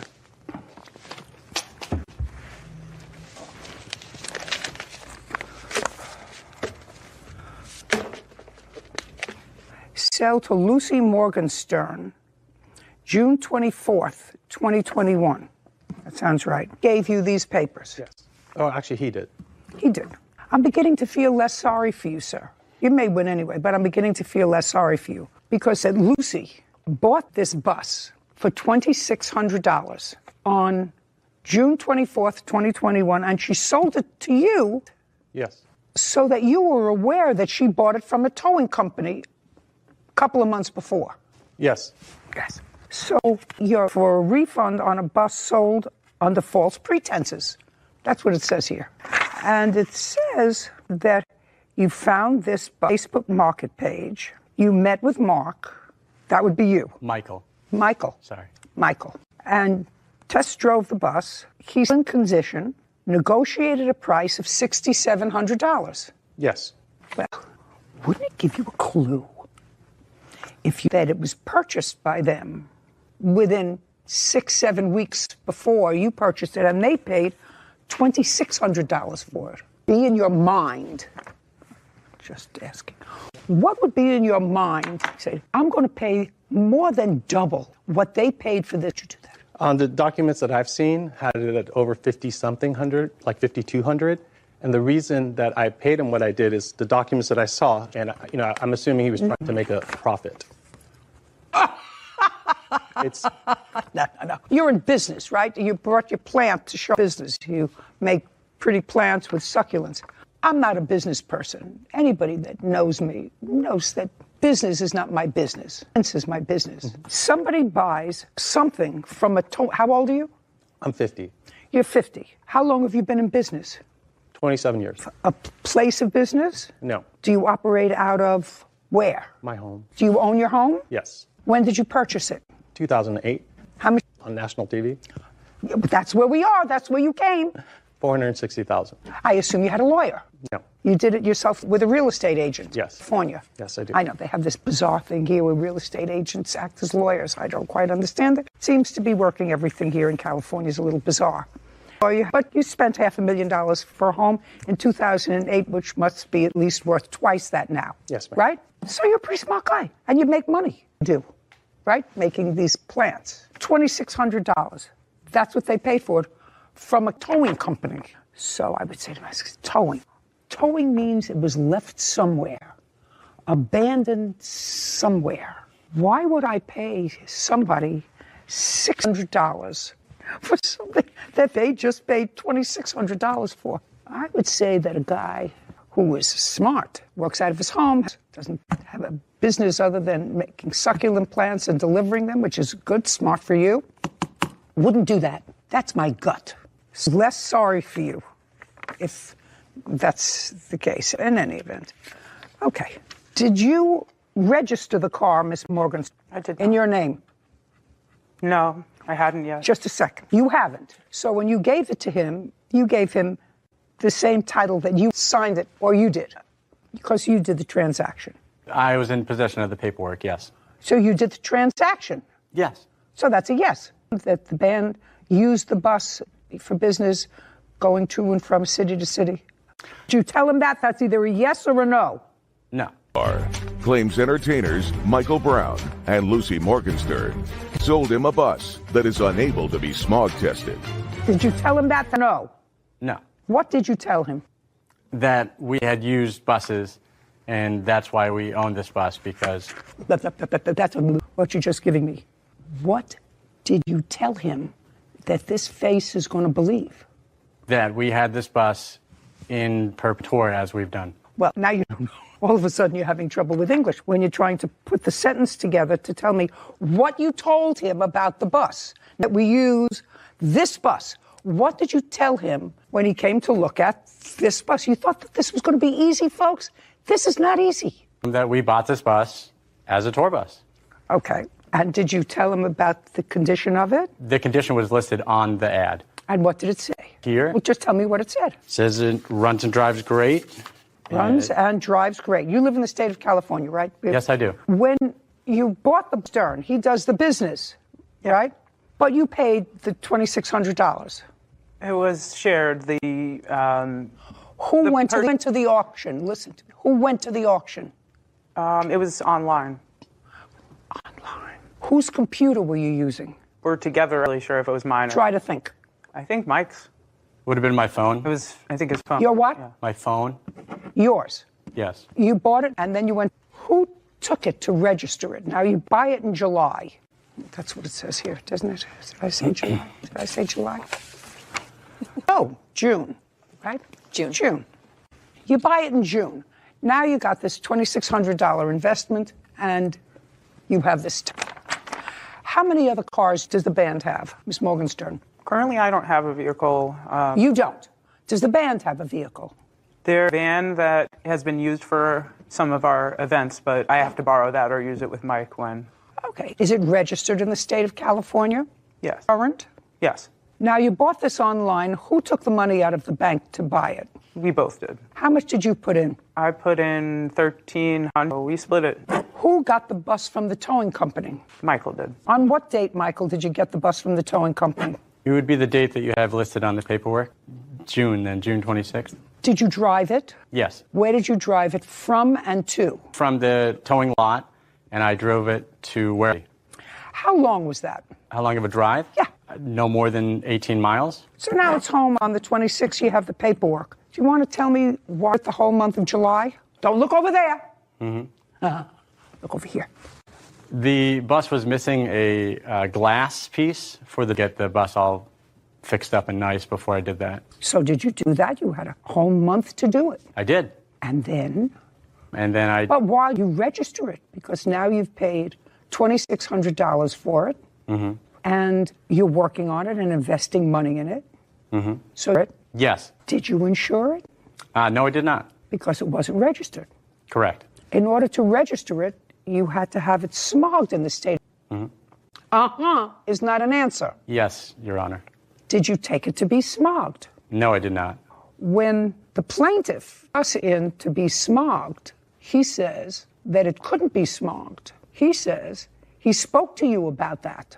Is that what you're testifying? And tell me when that conversation took place. Yes, it took place on the Friday after we had purchased it. That was the day that I went to the DMV. What's August 13th, around. August 13th. Was that a Friday? Friday, August 13th. It was a Friday. So you went to the DMV. According to you, there were fines. Yes, ma'am. Can you show me proof of when those fines were? Were they either before they purchased the van or... I think it was all a part of before because there was a lot of... That's why it was towed. What he had told me was one of their bandmates had left it on the street and they had been towed, so they bought what the story he had told me. Bandmates left it on the street. Is that what he told you? That's what he told me. You do have to understand, sir, that you're going to really have to show me, believe you, that you paid $6,700 for this bus. I would like to see proof that it could not be smogged. And when you called, I told you about the bus not being able to be smogged. Tell me what he told you. Mike, first, he just didn't return my calls for a while, Lucy. Lucy and I had a fantastic talk for about 30 minutes. She was very kind, let me get my points across. And then she said she would follow back up with me. Michael, it was very angry conversation. He was angry. It was an angry conversation. I asked him, I said, you told me it was smogged. He said, that's what I thought it was. So I said, okay, well, that's our reality is right now. We have it stolen. He said to you, it should have been in the system. I thought it was smogged. Yes, ma'am. Leave. I have text Just messages. a second. Sorry. I'd like to see the text messages.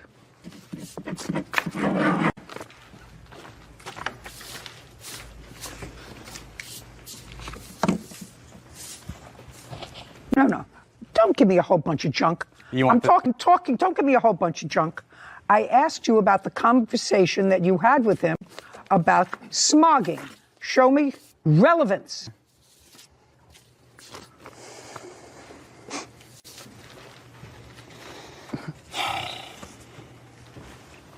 Michael, you said it passed smog. So when you purchased it, he told you it had passed smog. Yes, ma'am. But you didn't give me the paperwork. You say it should be in the system from the previous smog.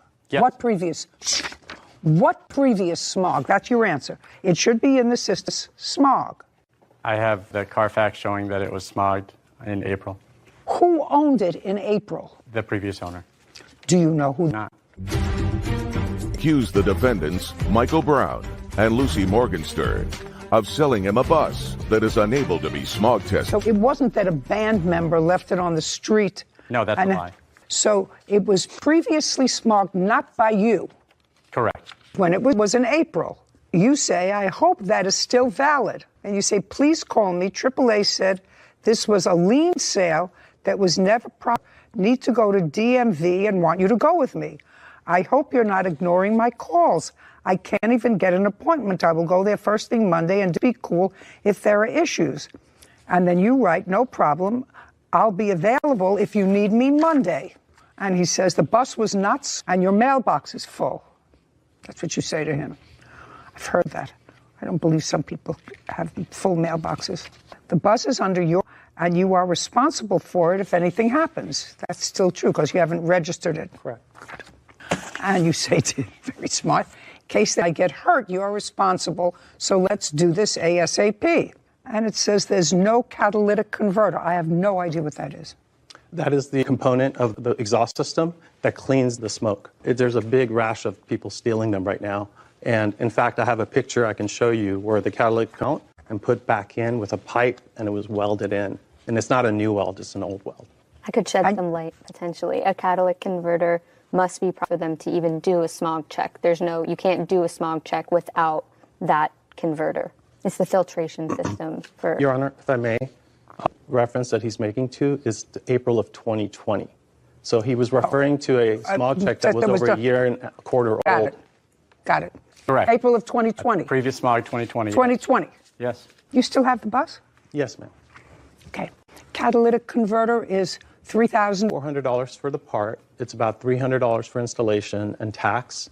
And the part is on back order all over the country. This is happening everywhere. Mm-hmm. Take this bus, sir, to be smogged. I was going to take it to a shop because I didn't believe what he was saying.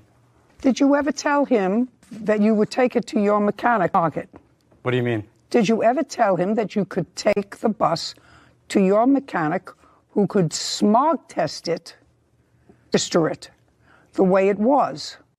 No. Well, he's texting you a lot, Michael, because he has a frustration that he can't do anything with bizarre reason. You paid $6,700 for this bus.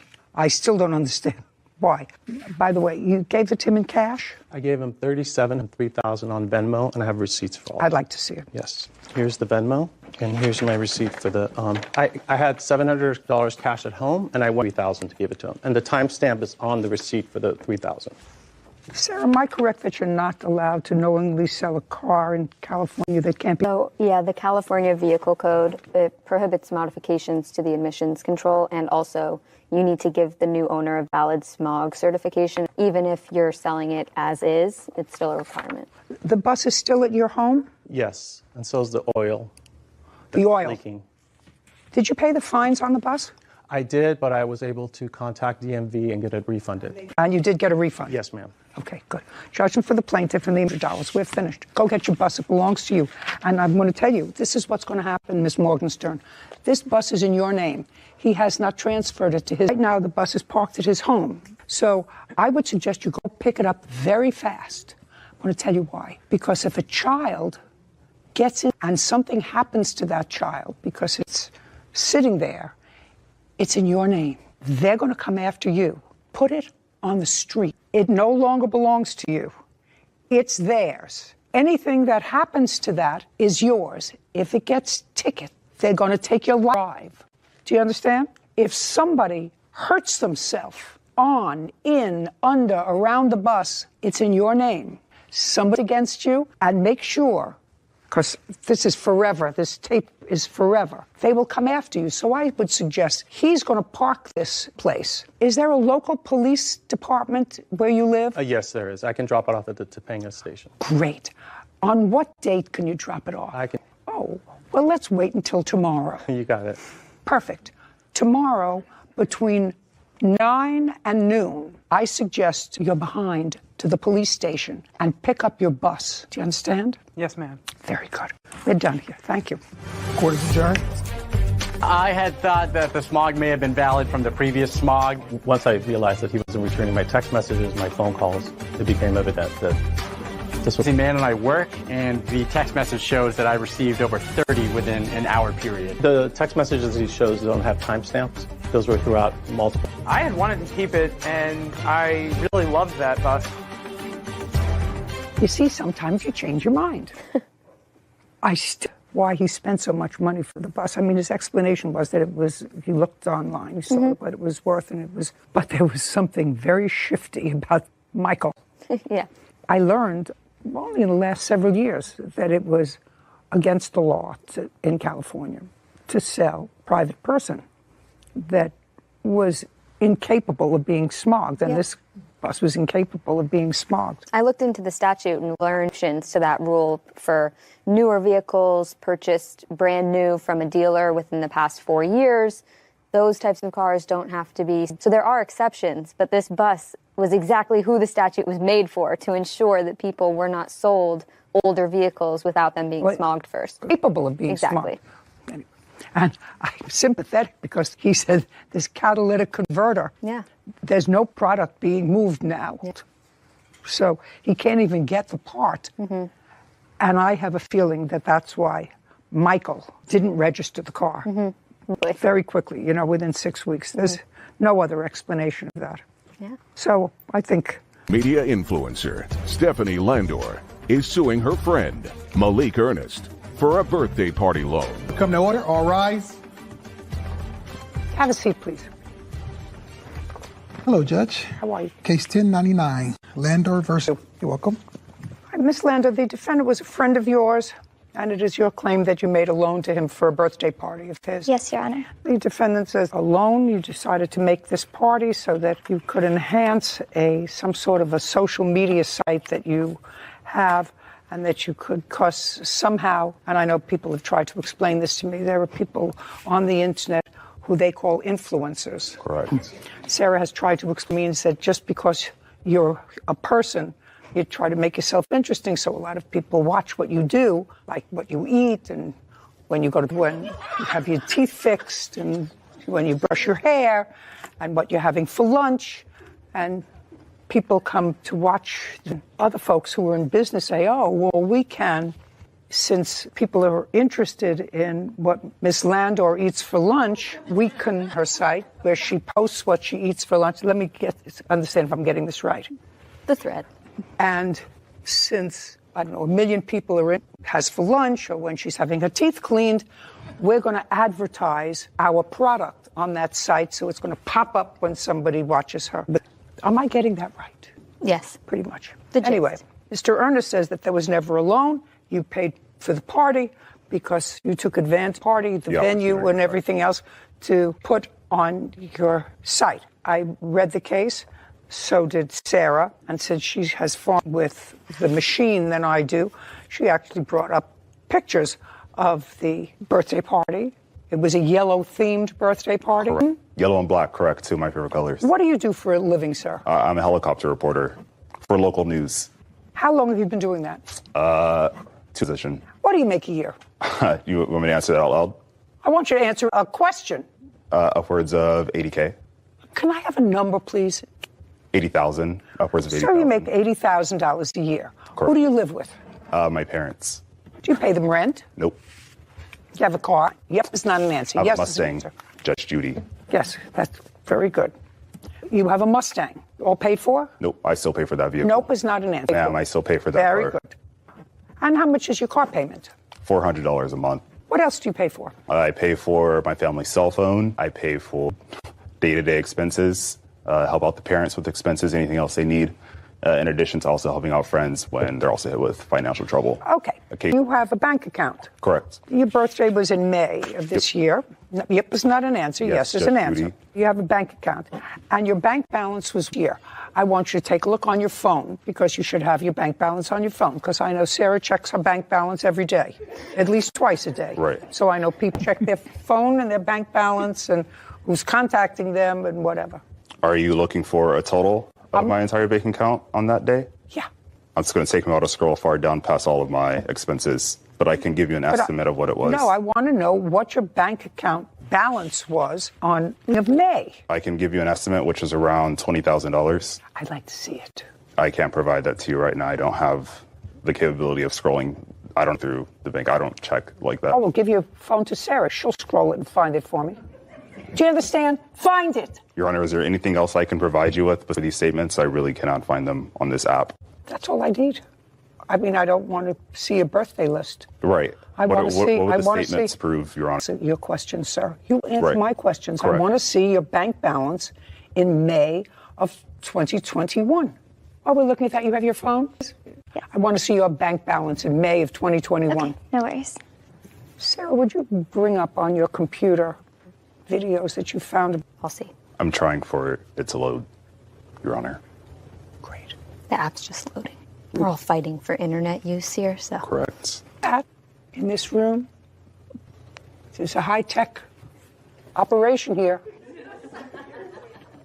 So my exact value, 1st of May, was $11,201 and 13 cents. Now I want to see about a withdrawal on that date for $4,000. I actually have the receipt from the transaction. I'd like to see it on as well. Copy if you'd like that. I'd like to see it. And then I have this. And then here's the statements as well. This is the 1,000 on a Cinnabon truck for his birthday party. Just. Yes, no worries. Keep looking. Yes, I'm still looking right now. She just is more adept than you are? Is that what we're talking She about? probably has better cell phone service than I do in here. What kind of cell phone do you have? An iPhone 12. I'm sure not. 11, Your Honor. Media influencer Stephanie Landor. Malik Ernest is responsible for a loan she gave Malik for his birthday party. Okay, what was the name of the venue that the birthday party was? I don't know what the name of the venue was where he had his birthday party because he just asked me to take out the money for him, and then we went to the venue after. And the party was the same day? Yes. Who planned this yellow theme? Malik Ernest did, Your Honor. How many people were at the party? I would like to say upwards of 100 people attended. I have that video for you. There's music as well, but I don't think you need it.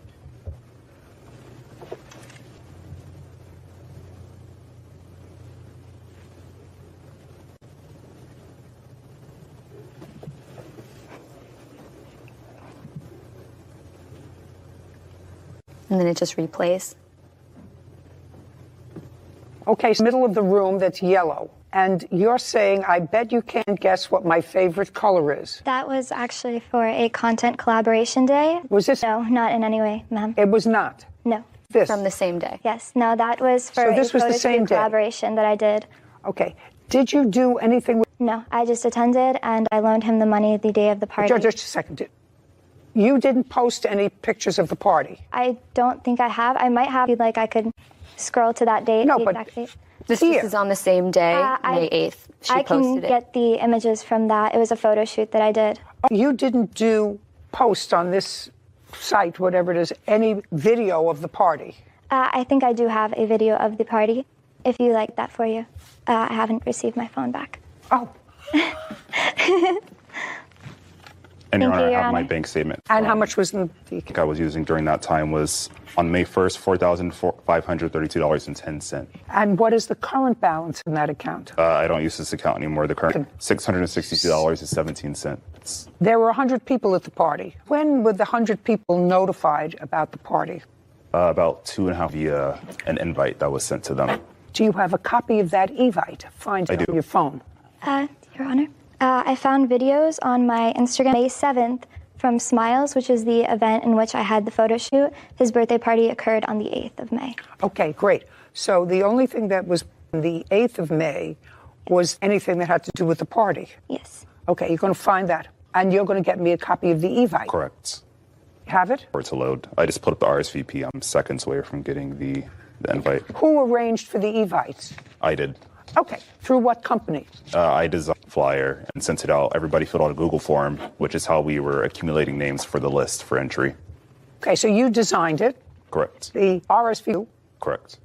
What was the name of the venue? They didn't really have a name. It's a venue that is over in North Hollywood. Well, there had to be an address. And I'm pulling that up for you right now. Your Honor, I actually have the text message of Malik Ernest inviting me to his birthday party. May I see it, please? This is the live text message. Everything is there.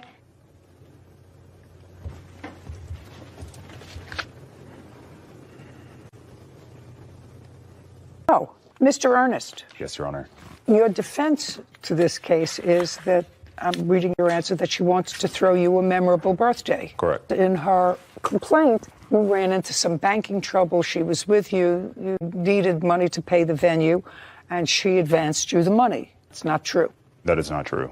Okay. On May 10th, 2 days after she withdrew the money and gave it to pay for the venue, she says, hey, did you figure out any banking stuff yet? And you reply, yes, I'm waiting on a call for them to tell me why my account is suspended and we'll get it taken care of.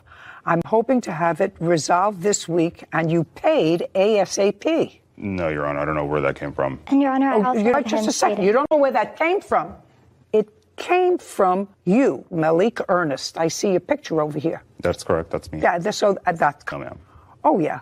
Your Honor, if you Not could call me the having number. to make an emergency trip to L.A. tomorrow to go back to that damn bank. I don't know what that means. That's my update for today. If you click the circle on the top, you could see the phone number and either call it or confirm If the you number. could call his phone. Show me. Unless he has it turned off. My phone is Your Honor. on, and I'm sure it'll ring because that is my number. Yes, And correct. you'll call it. But where do those text messages come from? Yes, sir. Sir. Right. What's happening? It's calling. Oh, yeah. That's your number.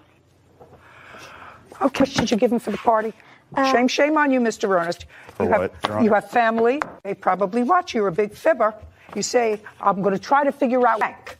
Your Honor, And I'll what does my get back to personal you. financial I'll status get have to back do to with you her giving me money? ASAP. No, that's what you said to her. Giving me money. That's what you said to her. What is my personal finance choosing to give me money for a party that she wanted to throw me? Didn't you understand what I said to you? I read to you what you wrote to her. She says that she went to the bank. You tried to cash or get money out to pay the venue. They suspended your account. That's what she wrote in her complaint. While she was in the car with Don't me. speak. For some reason, the account, she took money out, gave it to you. Your answer says that she wanted to make you a big bash for your birthday. Your answer to her, to the party, was, yes, I'm waiting on a call for them to tell me why my account is suspended and what I need to do to get it taken care of. I will resolve this week, and you paid ASAP. And the reason they didn't give you the money was because you had just a couple of bucks more than what you had $4,532. That was the reason I asked you what was in your bank account. Do you understand? I understand. But very good. I don't believe a word. And later today, social media influencer Stephanie Landor says her friend Malik Ernest for a loan she gave Malik for his birthday party. Okay, I don't believe a word you're saying, Mr. Ernest. Judgment for the plaintiff in the amount of $6,000, just a second, $500 that you said that he said he would give you because it's usurious interest. But you gave him $4,000 and another $1,500 to pay for a donut truck or something. Some other stupidity. That's $5,500. Judgment for the plaintiff. Goodbye. Court is adjourned. Thank you. Me to sit up there and lie, I could have done that, but I told her the truth. It definitely hurts me, the fact that he went against me when I did him a huge favor when nobody else would. We're best friends, our 4-year anniversary of being friends. We've actually been friends for 6 years. I just wish that things didn't have to end on such a bad note. I want nothing to do with somebody who cares more about being somebody else. I always said that the best part of having children was grandchildren. So I'm going to give you a thank you. Being brought into this social media would never have happened if we didn't have young people that we were around so much. I still don't find it interesting to see what somebody else is having for lunch. I think it's just the need for constant content. You know, kids are on their phones all the time. What are you looking at? They need something to look at. So hence content creators, influencers, just takes up time in the day. Do you think that's a good thing, Sarah? If you're on the right end of it, if you have a message that's important that you think you want to share with your millions of followers, I think it can be positive. But I think it's also younger generation into their phones more and more for more hours. And not being social. Yeah. Not being out there. It's a different kind of social. It's a different kind of interaction. Very unfamiliar to your generation, I think. Well, it's really isolating. When I go out to dinner with Puppy, and sometimes I look around and there are groups of 4, and they're all at dinner. And all on their phones. Nobody is communicating. They're so used to using that as a form of communication. There's no social interaction. I think it's horrifying. I think that if you have to think about what human beings are going to look like in 200 years, they're going to all have big thumbs because that's the way they're going to become useless. Useless. The only things are going to be mitts, big thumb. Anyway, the whole thing is frightening. Case 1086, Linton versus Farrell. All parties, please step forward. Trevor Linton is her girlfriend, Caitlin Farah, for unpaid loans. Mr. Linton, you met the defendant on a dating app? Yes, I did. October 2019. And when did you start to date? Officially, our first date was October 25th, 2019. It is your claim that you made a loan to her. And the loan was because she had an accident with her car? That is correct, Your Honor. When was that? You don't have to bend down. The microphone will pick up your speaking. Okay. Was December of 2019. And the accident was a result of a deer running out in front of you, you hitting a deer in the road? Correct. And your car was substantially damaged. Didn't have money to fix the car? Not at the moment, no. Tell me, Mr. Linton, how you found out that Miss Farah needed money to fix her car. So she, in a panic. Do you have the text? Yes, I do, Your I'd like Honor. to take a look at it. And then she also states why she hit the deer.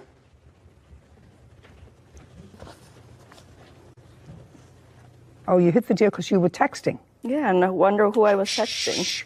I don't care who you were texting. You're the idiot. What happened to the deer? It actually got up and walked away. Okay. So did you take the car to your uncle's shop? Which was it to fix it? It was $1560.84. And did you borrow the money from the plaintiff? Yes.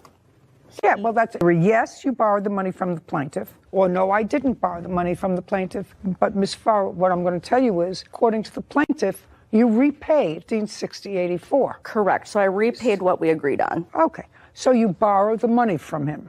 Correct. And I've read your answer, and you paid $800 and some odd back to him. Correct. So you paid him back approximately half of what we agreed on. Don't interrupt me again. It's annoying. And he would like the balance. And your defense is that to pay back half. Mm-hmm. Uh-huh is not an answer. Yes is an Honor. answer. That's better. Okay. Now, that's her defense. You agreed when the loan agreed to accept half as payment. She paid back half. You broke up. She continued to make certain payments and then dropped off the face of the... That's what you say. That is not correct. Did she block your number? I have no idea. Did she drop off the face of your earth? No, she would randomly communicate that she'd check or Western Union wire and did not. And our agreement was for the full amount, not half. Do you have any evidence of that? Yes. This evidence, Your Honor, stating when I offered to help her, she states... Can I read them, please, yes. sir? And then she stated to pay me back on the last one. Thank you. You told him that you would pay him back $100 a month. Correct. Until I paid that $825. No, that's not correct. Because you say it would only take a half to pay you back. But he verbally told me that... No. Okay. That's what you said to him. It would only take me like a year and a half at $100 a month is not $800. I mean, I'm not very good in math. Math was never my family's strong suit. At $100 is more than $800. But he said that after that. Oh, well, show me. He's got a whole bunch of stuff here. Yeah? I don't see it that you have. He's got texts here. Correct. So show me. I don't have anything to show you. My phone actually broke, so. Well, you know how many people in 26 years, always the ones who need a phone, who need evidence from a phone. Their phone fell in the toilet, their phone fell in with their toupee in the bathtub, whatever. You owe him $725. Judgment for the plaintiff. We're finished here. Case is adjourned. It's fine. I'm glad the situation is done and over with, and I don't have to worry about it anymore. It just shows you, unfortunately, you have to be very wary of people who you loan money to. Your kindness. She's mad we broke up. She'd tell me the check's in the mail, or she's going to Western Union and pay the money. So there's always the runaround. Lesson learned. Judge Judy gave me justice. That was one of those cases I know you love, where one of the litigants at least comes prepared with their documents, their evidence, texts, proof of a loan, ducks in a row. Organized, it makes the world go so much more smoothly. So that's the takeaway from this case. You go to court, don't say I lost my phone, homework, I have nothing. Keep it simple. I own the money, and goodbye. Yeah. Or just make an arrangement. It's so interesting to me. There's no question she has her phone. There's no question she had the same texts. Look through them, be organized, or be responsible. And the responsible thing is over, but she had agreed to pay him the money to fix her car. Mm-hmm. And if you're doing the right thing, you don't have to lose a phone to not let a judge like your lawyer, Robert Erdman, for medical costs and lost wages after being attacked by his rooster. Have a seat, please. Hello, Judge. Case number 1170, Thomas versus Erdman. Miss Thomas, your son was renting a room in the defendant's home. Correct. You have a home that has how many bedrooms 3. I'm renting it, ma'am. in the house? I'm no longer there. I rented it from May until October 1st. May of this year until October? May of last 2020? Yes, ma'am. Just curiosity, why did you move out? I came originally to San Diego before COVID to spend a few weeks. Before I moved to the UK, I had to rent a house because I couldn't leave. We were all in lockdown. Right. So you rented the house. Yes. Did you sign a lease? Yes. Did the lease permit out rooms in the house? Yes. It did. I want you to think very carefully. Did the lease permit you to rent out rooms? It's a private dwelling. I am not sure. That's a better answer. And what was the rent? $4,850. How many tenants did you have? I had a roommate. To my knowledge, I would call it a roommate. How many roommates did you have? 1.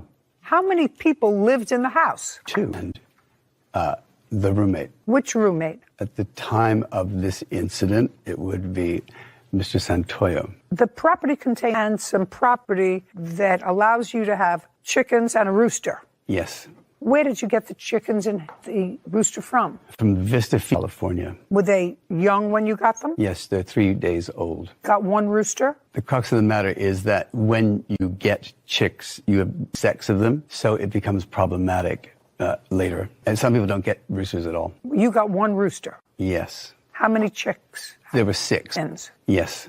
They're no longer in my possession. They're in Valley Center. What's Valley Center? It's a place near outside San Diego where chickens are legal. Problem is that I received a letter in the 15th of January. I've discovered that roosters were not legal. Where you lived? Correct. Okay. Case is about now I have a little bit of the background, what you were doing there.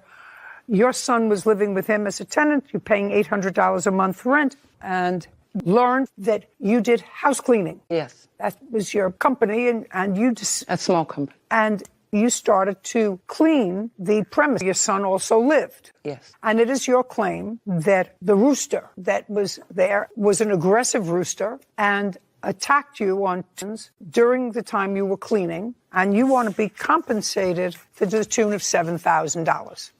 Okay, so we have certain givens. We have a thing there, given. There was an offer made to clean. And she did. Yes. And you did pay her. Yes, but it was, if I may, it was my hair. At first she offered to do it for... Whatever. You paid her. Yes. It was a service that she was offering. Correct. How much did you pay her? $100 the first times did you clean the house? I cleaned this home from October 17, 2020 till December the 11th, 2020. So again, 6 times. How many times did you go to his house to clean his house? In that time spent 6 times. And how much did he pay you each time you went? Between $40. I never got paid $100. Between $40 and $60 a day. And I assume you visited your son there, so you knew that Mr. Erdman had a rooster. That's correct. And of the 6 times, you only had a problem, according to your papers, with the rooster on 2 occasions. That's correct. The first occasion was in December the 8th. 12/8. Yes. Okay.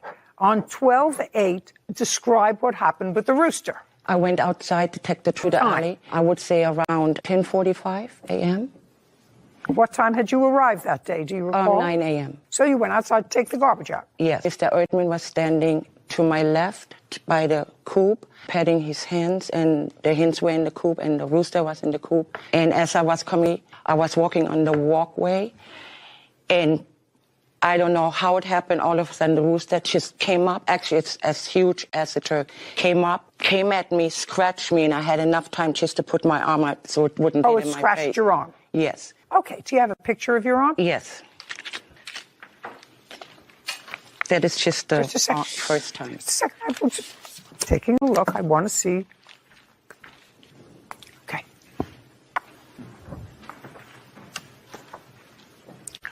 Okay, so it scratched you with a claw. Yeah, with the claws. Claw, this scratch. Yes. Okay. You didn't seek medical attention for this? It's a Not scratch. For this, no. It's a scratch. Yes. Okay. Want to see the scratch? I can see them here. Okay. So that's October 8th. Next. The next injury was December the 11th. Now, between the 8th and the 11th... Yes, on the 10th for my regular cleaning service. Anything happened on the 10th? No. Everything went fine. Just a second. So on the 10th, you were there and everything was being paid on the 10th? Yes. How much did you get paid on the 10th? $40. And you put some peroxide on this thing, Correct. or you put something on and it went away? Yes. Okay. Now tell me what happened on the 11th. The 11th, I came to Mr. Erdman's home at 9 a.m. He was highly upset. Just a second. Is a conclusion. What did he say to you and what did you say to him? I rang the doorbell. He opened the door. I asked him why the boxes, things from the front room was not picked up because the day before I didn't have time to clean the floor. Just a second. He opened the door and... Good morning. And? I came in and I looked around and I asked him, Robert, you didn't pick up the things that we agreed on the day before. Okay. You had had a discussion the day before about picking up what? I was supposed to do the wood flooring. He's a very renowned photographer, so he had boxes, papers, business papers, all stacked up. And in order for me to do the floor, he had told me the day before that he would clear everything out. Clear everything out. So you walked, but you didn't clean up so that I could do the floor. Yes. And he said to you? He said, I don't want to discuss the floor. I want to discuss Jose. Where's Jose? He hasn't been here. Tired of him not coming home at night. And just a second. So he said to you, I don't want to discuss the floor. I want to discuss your son. Yes. He hasn't been home. Yes. And what did you say to him? He said, I feel that he should be more active, be more of a friend in the home, the evenings. And I told him, I'm not in charge of my son. I mean, he's 39 years old. And there is nothing I can do to influence him to be home at night. And to continue with me, I told him, I don't want to continue this conversation. I will finish the windows. And the conversation was kind of done for me. I proceeded to... Okay. What happened next? Judy Thomas claims her former employer, Robert Erdman, owes for medical lost wages resulting from 2 rooster attacks. Now, what happened next? As I was doing the windows, everything was fine. To his coop, I was doing the bay windows in the inside and proceeded to the French doors. And as I finished the inside, I went to the kitchen facing, I guess, east. And the French doors are this way, so I couldn't see behind me. So I was changing the water. And while I was changing the water, I presume he came in, or I'm thinking he came in while I was standing, because when I turned around with the bucket, I went this way. Went toward to look down, and there was this ill hen in a... what? He had a sick hen that was dying, so he had it in a little basket and a blanket, and he found these other windows right in front of the door. So when I went out, I turned around. Here's my bucket, and I'm looking at this hen, and I'm thinking... You turned around, you hadn't seen before. Yeah. And I'm doing the window, so I'm turning around thinking, where is this rooster? And as I'm turning around, the rooster hen claws me, and I'm up like this. I hit it down, otherwise it would have been clawed more. No. Don't tell me what otherwise. Her clawed you again. Yes. Do you have pictures of that injury? Yes. That's the only picture I have. I didn't take more. I just didn't think that was the same day. Okay. So this is a healed scratch. This is a healed scratch. Mm-hmm. And these 2 marks come from this rooster attack on the 11th. On the 11th, yeah. So did you seek emergency treatment for these? No, I did not. So there is no medical report? No. What did you do for these 2 marks? Marks are combined with my ankle. So when they both happened the same day, the same time, I also got injured on my ankle. The rooster, I whipped it down. It went at me 3 times. On the ankle? Yes. Well, where's the photograph of it? Right here. I'd like to see it. Actually, just take them out. They dated in order.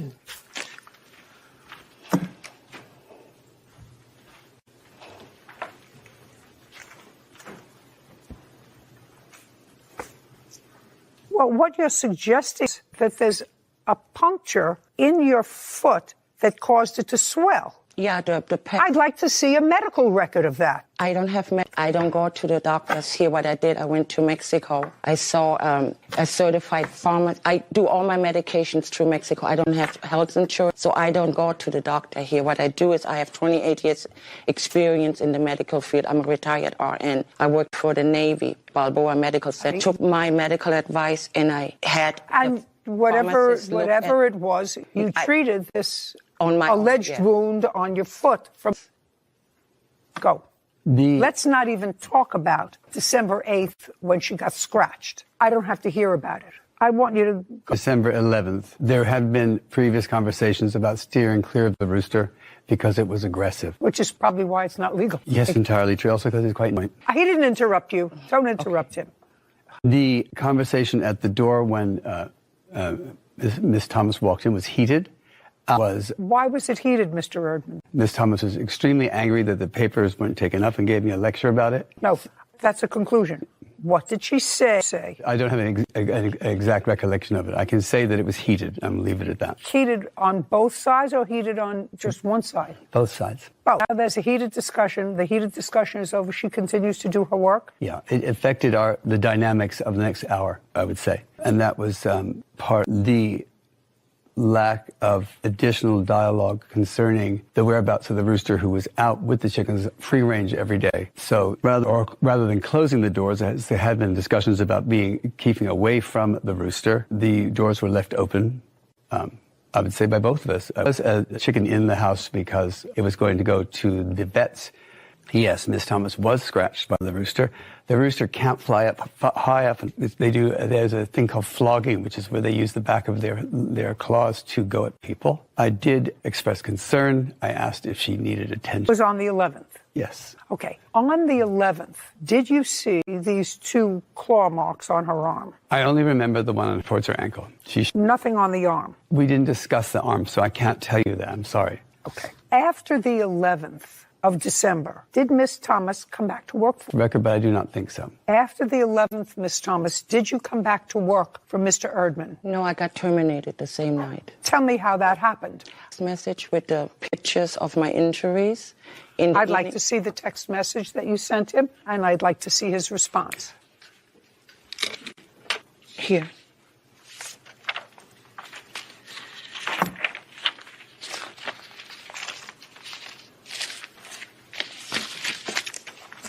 So she sent you a note on that day showing you her swollen foot. Yes, I remember. And you said to her, great to see that your foot is swollen. I will talk to the vet on Tuesday about trimming back his claw. Correct. And then you say to her, Judy, I think that under the state, as much as I regret it, it would not be a good idea to have you here on a regular basis. Unfortunately, there is nothing more to discuss on the subject. You are welcome here with Jose's invitation. Happy holidays to you. All the best.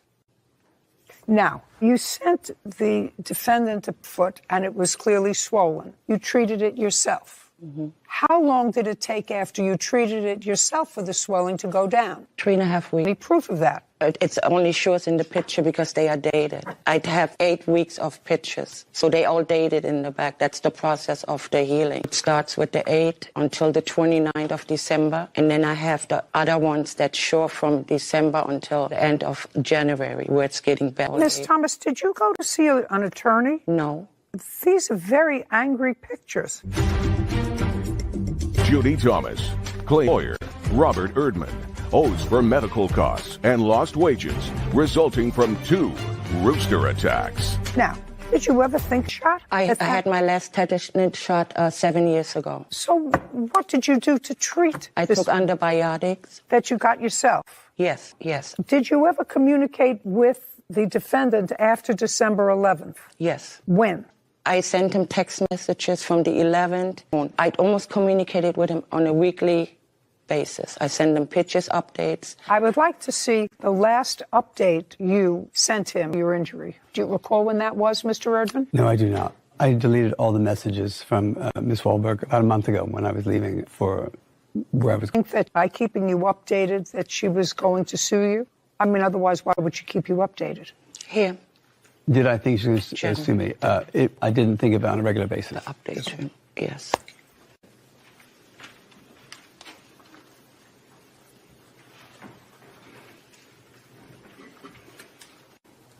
Okay, so the last email that you sent him with a photograph was on the 1st of January 2021. And it's a 3-week update today. Still very sore with a hard bump at both sites, palpable at the touch and visible to the eye.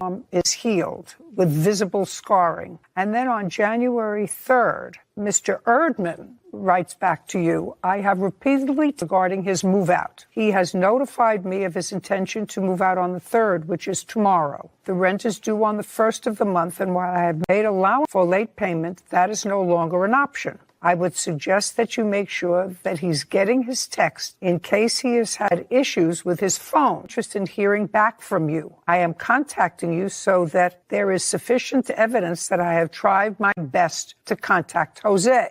And on to him. Listen, real good, you piece of blank landlord. First off, your mistake is you have no contact. He does not have to move out on January 3rd, 2021. What is wrong with you? Do you know anything about renters' rights? And then there's a only lived there 2.5 months, and you went crazy as so-called landlord. Now he is moving, and you as a landlord need to give him his appropriate time to move out and find appropriate accommodations. I do not understand your problem, but you need also. Now regarding the injury I sustained in December 2020 at your home by your rooster while in your cleaning service, would you like to address this in contacting you for at least 3 weeks via text? Called, did not get any answer, and forwarded my injury pictures regarding this injury, and you have not. Please let me know how you would like to handle or move forward with this issue by the end of January. After this date, I will file a case in small claims court, a valid animal control case. Looking forward to hearing from you.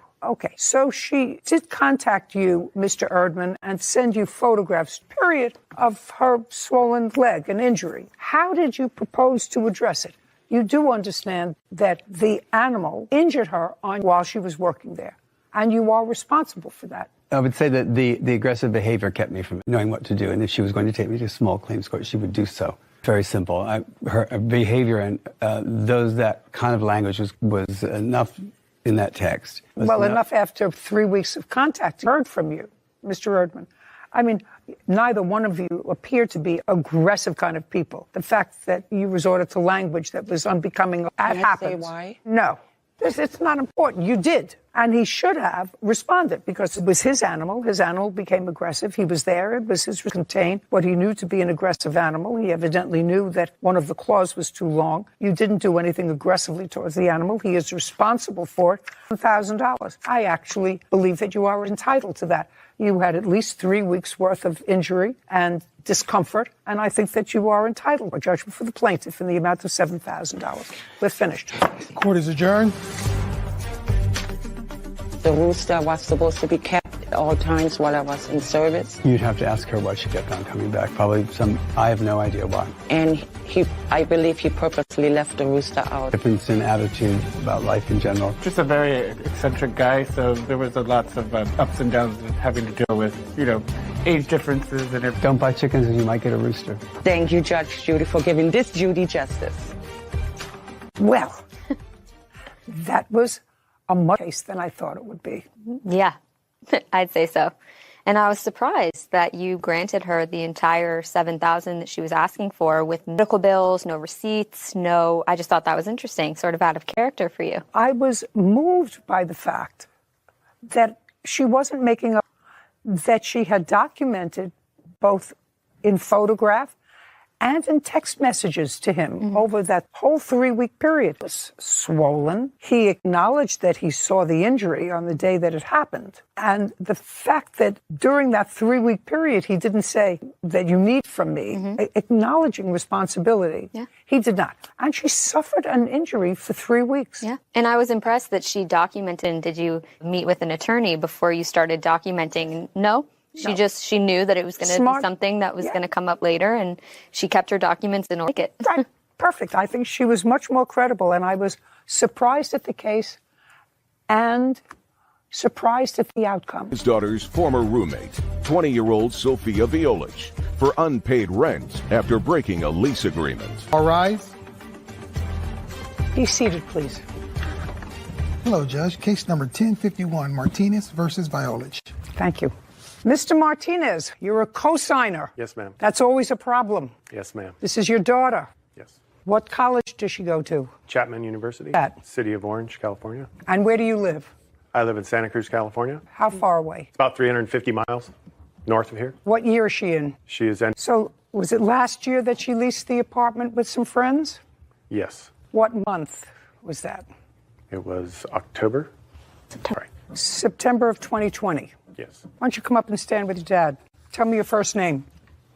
Haley. Were you in school virtually most of? Yeah, pretty much all of last year was online. What month did you leave? School. You were in school in September. Right. Well, we got sent home in March, and then I moved back down to Orange, hoping that we'd be in person, but it remained online. So your lease went from September of 2020, August 31st of 2021? June 26th of 2021. How many roommates did you have, Haley? I had 3 other roommates. It stayed through the lease, and then 2 of the roommates left. So you stayed through the lease, but went to school virtually? Right. Yes. And 2 went home? Yeah, that January they went home. Tell me your first name. Sophia. Sophia, you were one of the roommates? Yes. When did you leave? I left on December 20th. And what was your share of the rent? It was about $640. Your share? Yes. Must have been a nice place. Yeah, it was a nice place. And how old were you when you moved in? 19, sorry. And you also signed the lease? Yes. After December, did you pay the lease? Yes, sorry. January what? I paid January's rent. You did pay January's rent. Okay. You didn't pay February? Is that correct? Yes. Yes. April? Yes. May? Yes. And the lease was up in June? The end of June, yes. Or June? July 1st. For those 5 months? Yes. Okay. Now, you understood that you signed a lease? Yes. And that the plaintiff, Mr. Martinez, paid all the rent? roommates. There were 2 other roommates. Did they pay their share of the rent? One of the other roommates who stayed with Haley for the rest of the remainder of the lease every month, and the other roommate left with her at the same time. Did she pay? No. She stopped paying through January and stopped paying in February. Is there any reason why you didn't sue her? We have a case against her, yes. You do? Yes. Pending? On Monday, we have, yes. Great. Okay. Sophia, ball is in your court. You're a grown-up. You're an adult. You signed a lease. He co-signed the lease. He paid full. I assume you are employed, sir? Yes. What kind of work do you do? I am a union electrician. He gets paid a salary. Didn't want his salary garnished, so he paid the lease. You have to give me a convincing reason why you're not responsible for the remainder of the lease. Don't look over there. Look over here. So I have an immune disorder, type 1 diabetes, and the other roommates that shared a room with Haley got COVID. Okay, just 1 second. Did you get COVID? No. Who got COVID? Okay. And I really did not feel safe being in that apartment. And then also... Just a second. So you left in October? End of October, yeah. Don't. You left the end of October, but then you came back? Yes. When did you come back? I left October 15th, and then I came back for a week, and then I left again in November 4th and come back until Christmas time for a week. What was all the back and forth? I didn't feel safe in the apartment also for Well, then why did you come back at all? All my... Takes an hour. Yeah. Where did you go when you left? Back home to Santa Cruz. Who did you stay with? My parents. All the time? Yeah. The time you went back, you stayed with your parents? Yes. Christmas time, was there school? Yes. Virtually? Yes. What date did you move out? I put everything in and moved all my things out December 20th, besides the beds that we were going to give to someone if they end up moving in. Okay, so I still haven't heard a reason other than the general, I didn't feel safe. The other reasons are Haley took part in the apartment, and I did not feel safe being around illegal drug use, as I don't partake in that things. Okay, and when alleged, at least, that Haley used an illegal substance in the house? Like every weekend. Every weekend since when? Since we moved in 4th.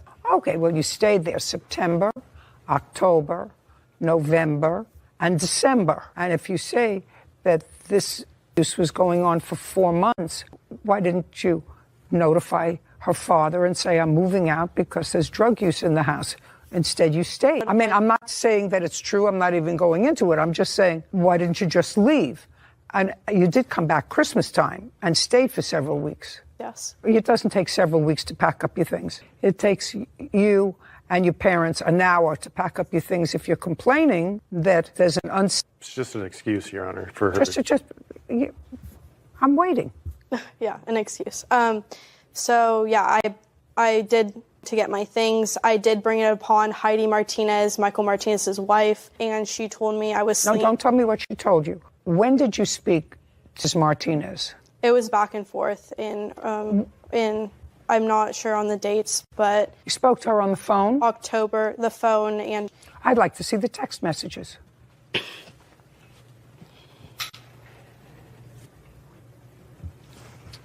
No, I got it.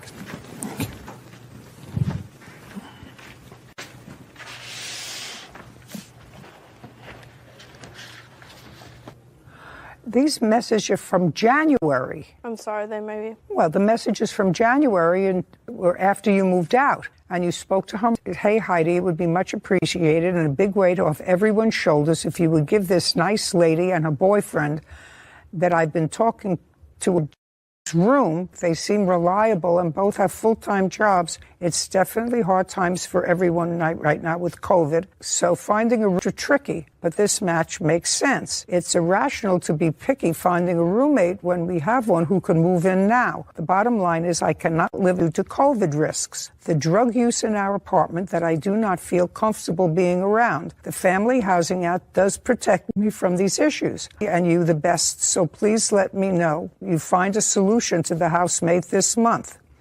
Thank you for the text, but let's be clear about a few things. Talking with the girls, they don't feel comfortable with living with a male, especially one that's 5 years older. Well, that's nothing. Older than you are is probably 10 years your junior. Second, if you want to sling insults about the girls, I'm sure your parents would love to hear Tinder boys and sugar daddies that you brought back to the apartment, or that you and are responsible for all the alcohol in the apartment. Mental health has called me almost every day, super stressed about the roommate situation since September. One of the roommates getting COVID sucked. Haley had to come home too, but that was in October. So worried, you should have let someone know. This is the first I'm hearing of this. I do agree on one thing. We need to have this resolved ASAP. So this is my reading. I gather that you are claiming or claim to your mother that the defendant brought men back to the... Yes. Yes. How old? I was not there when it happened. When my other roommate... Well, then you can't tell me about it. Can I? Then you can't. You didn't see it or discuss it with her. She came home because of COVID. She stayed even though the other roommate was positive in COVID. And so her excuse of because of COVID, she stayed there with the other roommate. Yeah, well, here's just a second. Alcohol is not illegal. Cocaine is illegal. Oh, of course. There were other people in the apartment also using. That doesn't make it better. Unless what you're telling make it better, Haley. Unless what you're telling me is that, and I'm not sure I believe that with her condition, that she was using. She was. Okay. That in and of itself would be sufficient basis for her to leave the apartment. You understand that, Mr. Martinez? Provided it was true. Just told me it was true. No, she never. Shh. No. Your daughter just told me it was true. Mr. Martinez, your daughter there just told me it was true. Yeah. She said other people were using too. Yes, in the apartment. I understand that. But not the defendant. In and of itself, without anything else, would be reason enough for her to move. Do you understand that? Because if the police, that apartment, anyone in that apartment would be arrested. Not if they found Jack Daniels or 5 feathers or whatever it is, but they would be arrested for hard drugs. Michael Martinez and his 20-year-old daughter Haley claim her former roommate, Thea Violich, broke their lease and owes for unpaid rent. Okay. The second thing that I don't understand is if she says she's moving for a reason that is a legal reason, which is drug use, which your daughter just acknowledged, Mr. Martinez, and she found another roommate over their lease, her lease. Did you interview those people? They never. You're not on the lease. Did you interview them? She never gave the information to anybody. Well, no, she gave it to your wife. Not the contact number. Just she a just second. Said she had No, these people. no. Listen to me. I'm listening. Said Haley is not comfortable living with a male 5 years older than she is. How old are you? I'm 20. And what I said 5-year-old male is like a 14-year-old. So, I mean, I could understand it if she brought in a man who was 60 living with a bunch of young girls and said, this is who I have. And, you know, so he's got a little history and he had to be relocated from his last. I could understand that. But this was a couple, a young couple who they found. It's not that she didn't provide their information. We're not interested in that because Haley isn't comfortable. So for those 2 reasons, sir, your case is dismissed against her. I would be curious what happens with your case against the other girl. I don't know what the other girl's situation is with regard to the drug use. If she's involved in that, might be different. But that in and of itself is sufficient basis for her to leave. And that's unfortunate. And for that, you should have a decision. I've already talked to my daughter about everything. Okay, good. We're done here. Thank you. Court is adjourned. She's lying about half the stuff she said. Haley, I didn't feel comfortable being around. I am a college student, I admit that, but to say I was doing it every single weekend is absurd to me. Just a bunch of losers, basically. She's a straight A private college, and she's a great kid. Will not be sharing a room with strangers. One thing I am hung up a little on that kid who claimed that she was nervous about COVID due to an underlying health condition. Why return to a college town when school is not in session? Only positive I see of that is a social life. And if you're so cautious and so nervous about catching COVID, I don't see any reason why she even returned to her. Yeah, it's a solid point. However, what the law says is that if you are providing a situation, someone who is innocent of any wrongdoing, in this situation, drugs it's like having illegal guns in an apartment. Everybody is presumed to be of an illegal drug. So that in and of itself is a reason legally for her to extricate herself from a situation where she could be arrested. Second thing is, that being the case, you're supposed to try to mitigate damages. They found another couple to take over the room and take over there. The plaintiff wouldn't even interview them. And clearly Haley was comfortable in a situation where she was living in an apartment with illegal drugs. At least to interview a guy who's 25, you may like. Legally, she can't be held responsible. Case number 1012, Norris versus Lathan Bowman. Please step forward. Naomi Norris, ex-boyfriend Joseph Bowman, and his current girlfriend, Brooke Lathan, for damages to her car. This used to be your boyfriend? Yes. Along with the two of you involved? Just under 10 years. And when did the two of you separate? Approximately February of this year. And how long have you with Mr. Bowman? Since about February this year. So about the same time? You don't waste any time, sir. Ms. Norris, it is your claim that the defendant damaged your property. Yes, ma'am. And that property would be your car. Yes, ma'am. The defendants say that nothing could be farther from the truth, that you've restraining order against them, that you've been stalking and harassing them, and that it was actually you who were guilty of vandalizing their property. I mean, Ms. Norris, on what date did this incident take place? April 20th of this year. And I gather that the breakup with Mr. Bowman was to say the least, yeah. And I assume not primarily of your choosing. Correct. Okay. Time of this incident. The date was the 20th of April.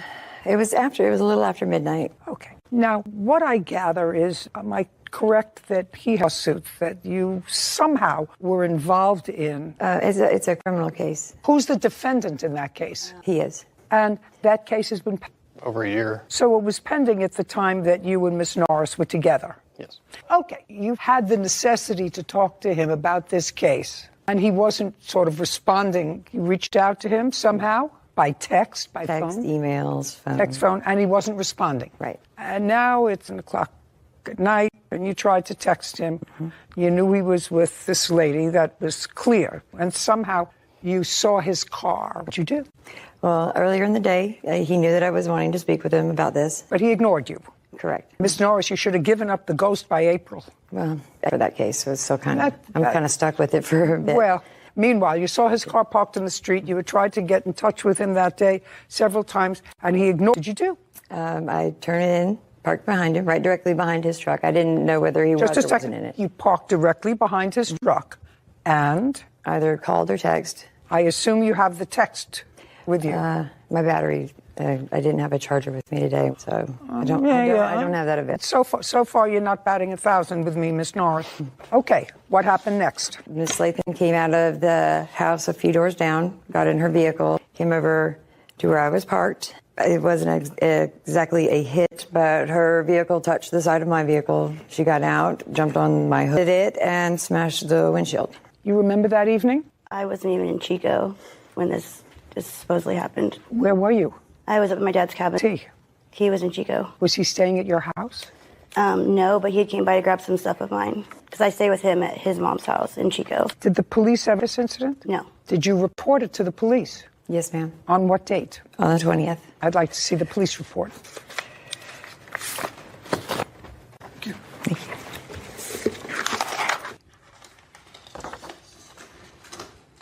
Did you call the police while she was jumping? No, I did not.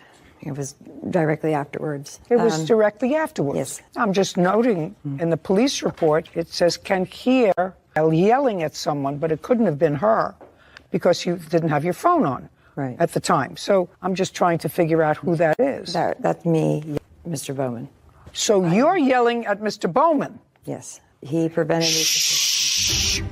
Naomi Norris says defendants and Brooke Lathan are responsible for damaging her vehicle. They are countersuing Naomi for property damage and harassment. Okay, Jeff. Yes, ma'am. I'd like to see them. These are my photos at that night, and this is the insurance adjusters. How did she break the windshield of your car? With her hands. Do you have an estimate for the damage to the car? You had insurance. You had a deductible. And that is. I have a $2,500 deductible. Yes. I got it. Did you see her that evening? No. No. But a figment of her imagination. The truth of the matter is, nobody purposely breaks their windshield of their car because that puts it out of commission. Miss Norris, were you arrested for possession of Mr. Bowman's gun? Yes, ma'am. How did you come into possession of his gun? In referencing the restraining order, no contact order from that case, which means that he's not allowed to have the gun.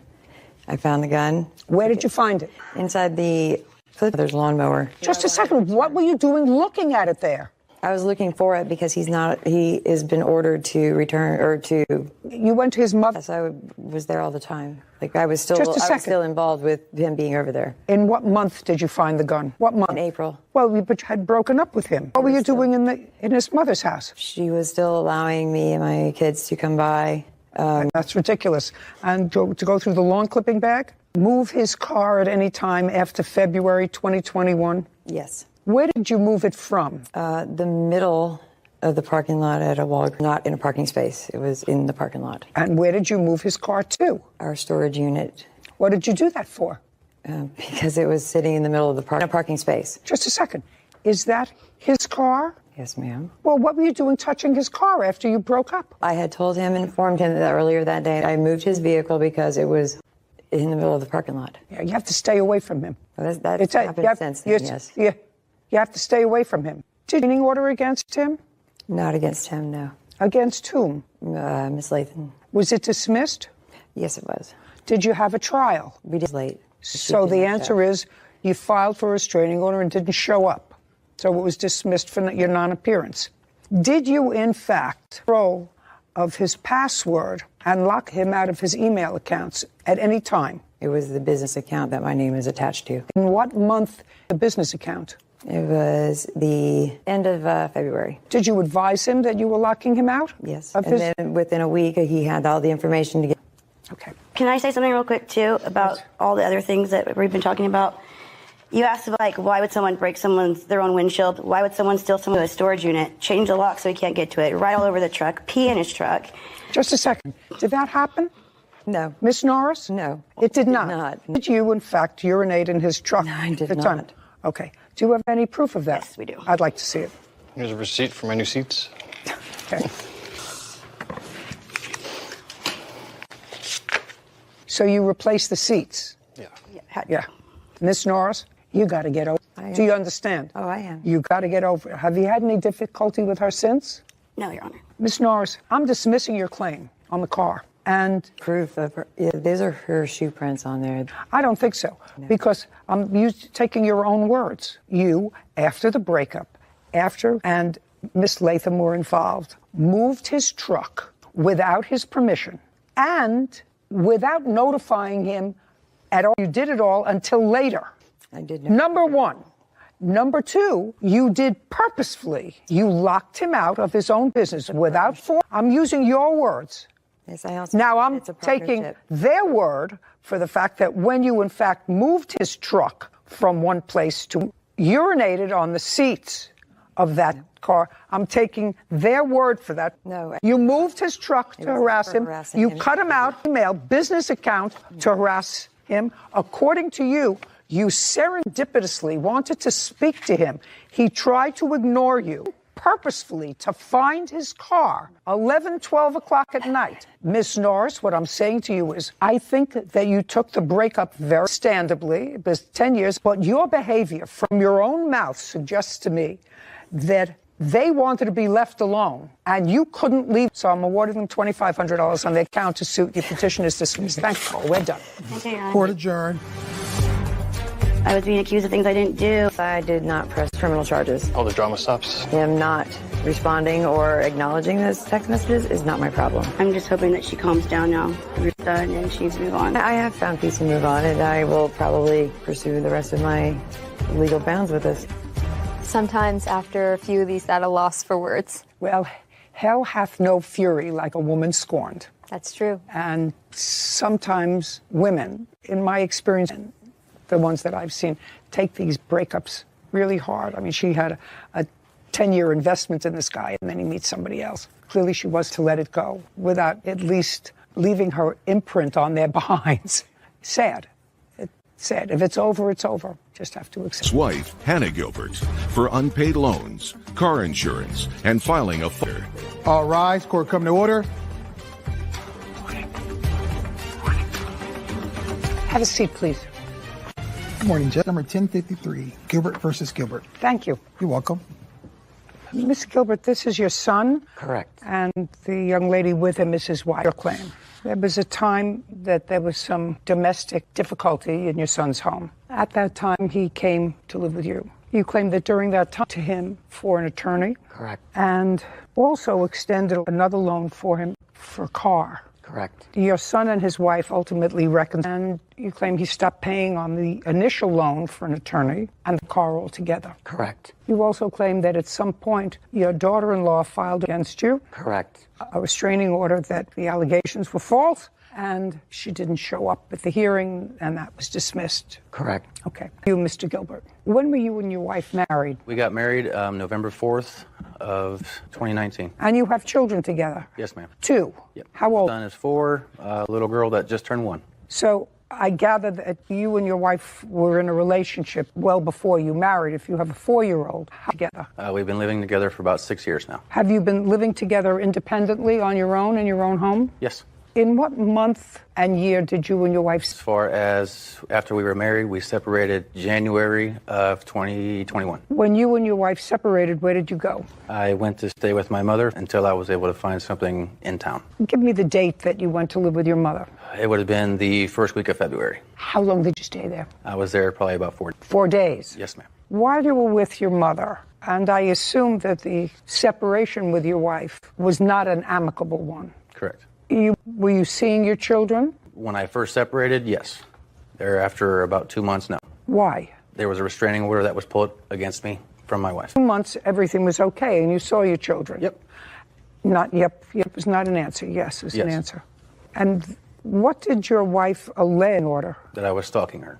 Were you? No. Did she withdraw the restraining order? Yes. How much after she filed it?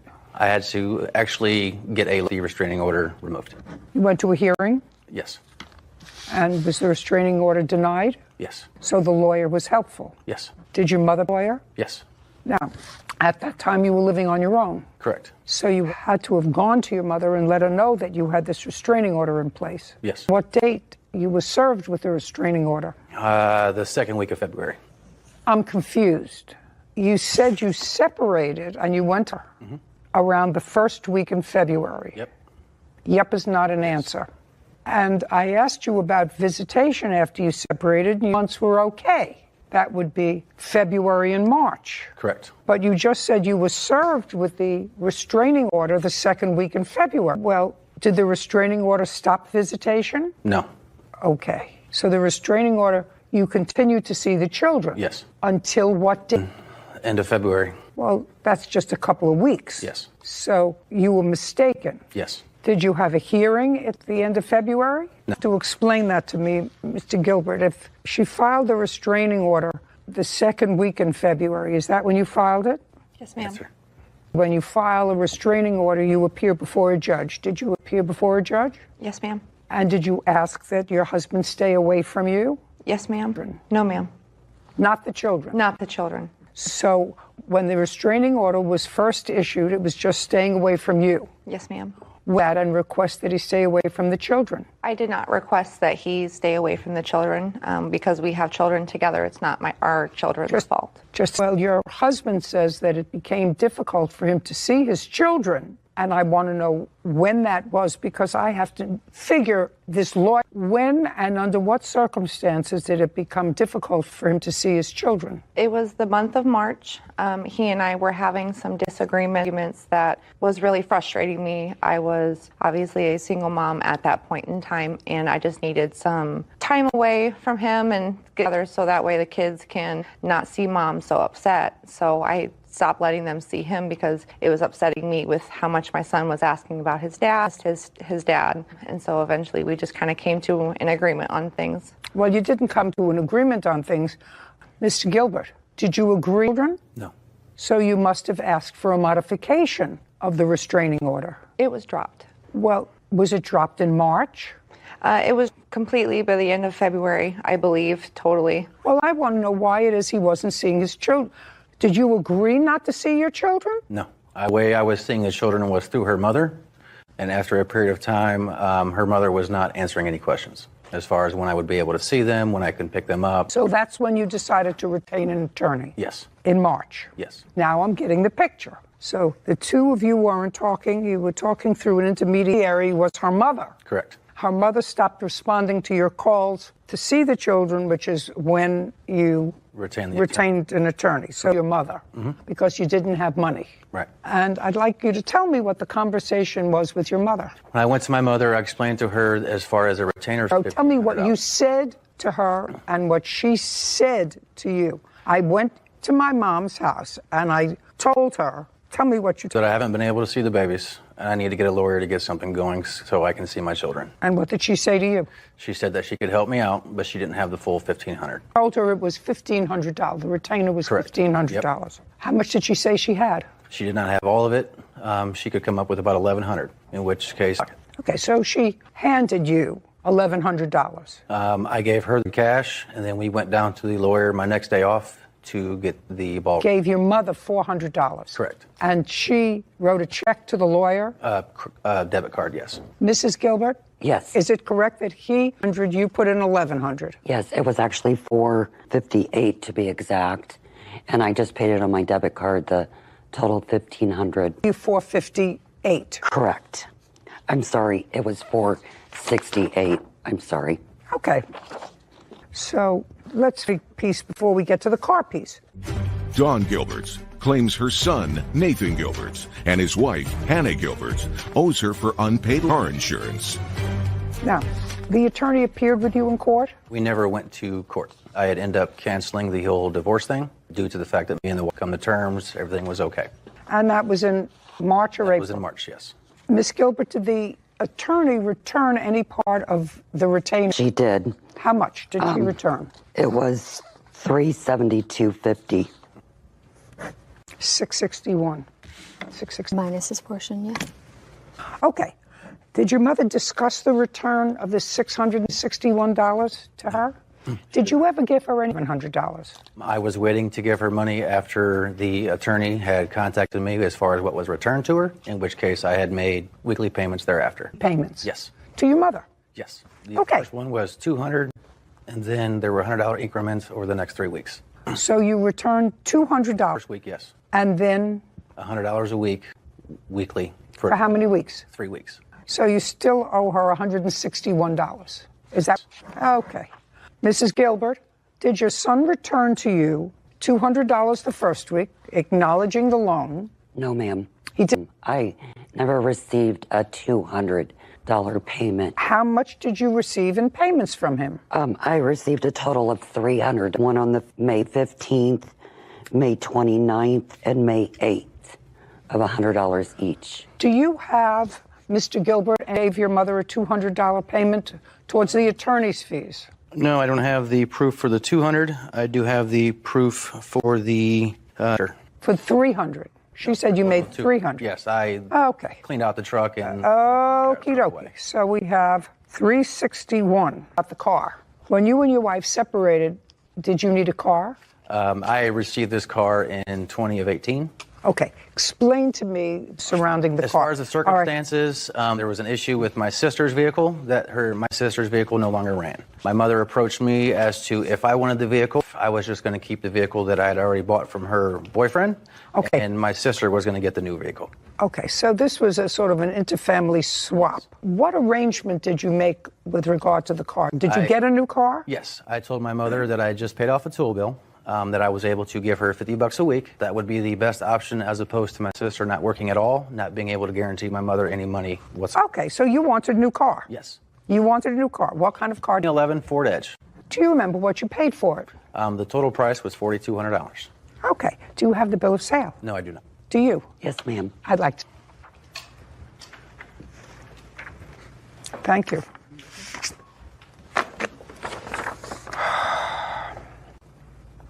Right now, you got a newer car for $4,509, and that's in 2018. Correct. Sarah, take find a 2011 Ford Edge. It ranges from $4,200 to about $5,300 today. So that's probably right on. Okay. And how much of this $4,509 did you pay back? $3,250. Is that correct? No, ma'am. You have receipts for these payments? I have the last 2 receipts of when they were paid off. That is all. Me and my mother were on good terms. I just handed her cash on Saturdays that my wife would actually take the children up to see my mother on Saturdays. That's Every Saturday. What we did. I was sure my mother was still seeing the grandchildren. You mean this is when you and your wife were together? Yes. Okay. How much is it, Mrs. Gilbert, that you allege that on the car? He paid $1,090 total.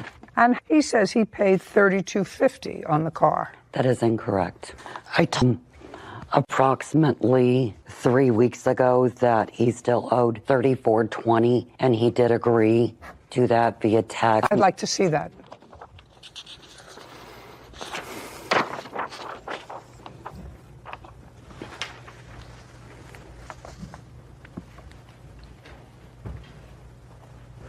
Are you counting in the money that you paid Mr. Gilbert, because not only the car, but the insurance? As far as the insurance was something that was never agreed upon. She told me that she was going to have her name on the registration, that way, of the vehicle. Just a second. Mr. Gilbert, so I asked you a simple question. What you didn't give me was a simple answer. Does the $3,250 that you paid your mother, did you pay a separate insurance policy on the car that you and your wife were driving? No. So that this $3,250 encompasses both insurance and the car payment. No, it was just the car payment. Well, who paid for the insurance?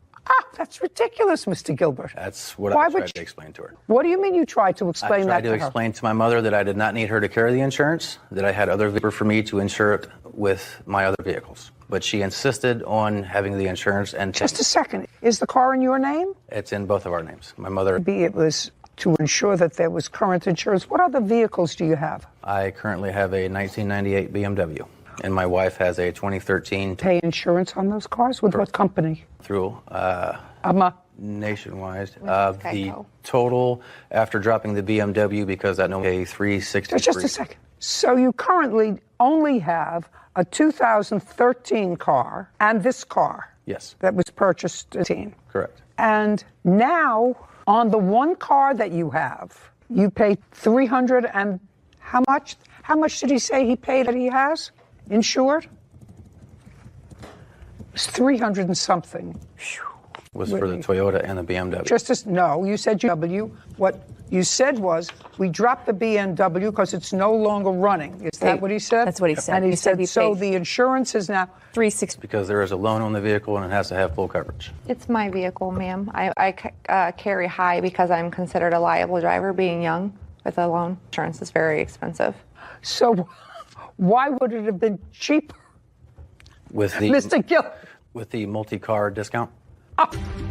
Dawn Gilbert is accusing her son, Nathan Gilbert, and his wife, Hannah Gilbert, of refusing to pay for a car loan and the... So, now, pretty steep breakdown of a relationship between a mother and a son. Very quick 4-week period. Mr. Gilbert, how do you think that happened? Due to the fact of me getting back with my wife. My mother does not care for my... after I told her that I was moving back home, she told me that her house was no longer a storage facility, then I needed to come pick up my stuff, otherwise it would be sitting outside. See, a good lesson for your mother and for everybody else out there that, you know, until things sort of calm down with somebody else's relationship or marriage, to keep your nose out of it. The problem with you and your mother is you had a close relationship with your mother. Yes. And I'm certain that you and your wife separated, you unburdened yourself to your mother. Yes. And when you unburdened yourself to your mother, without getting into the specifics, some very ugly things about your wife. Yes. Is not an answer. Yes. And at the time that you said those very ugly things about your wife, you believe you. Yes. Because at the time you said those very ugly things about your wife, you believed them. Yes. See what happens? See, your mother, all the same elements that you do. She loves you. She clearly loves her grandson. All she knows is you told her some very angry about your wife with whom you are now together. Yes. You can't do anything about that, Miss Gilbert. That's it. Right. That's it. You got it. Can't do anything about that. It's his choice. But if you're a smart lady,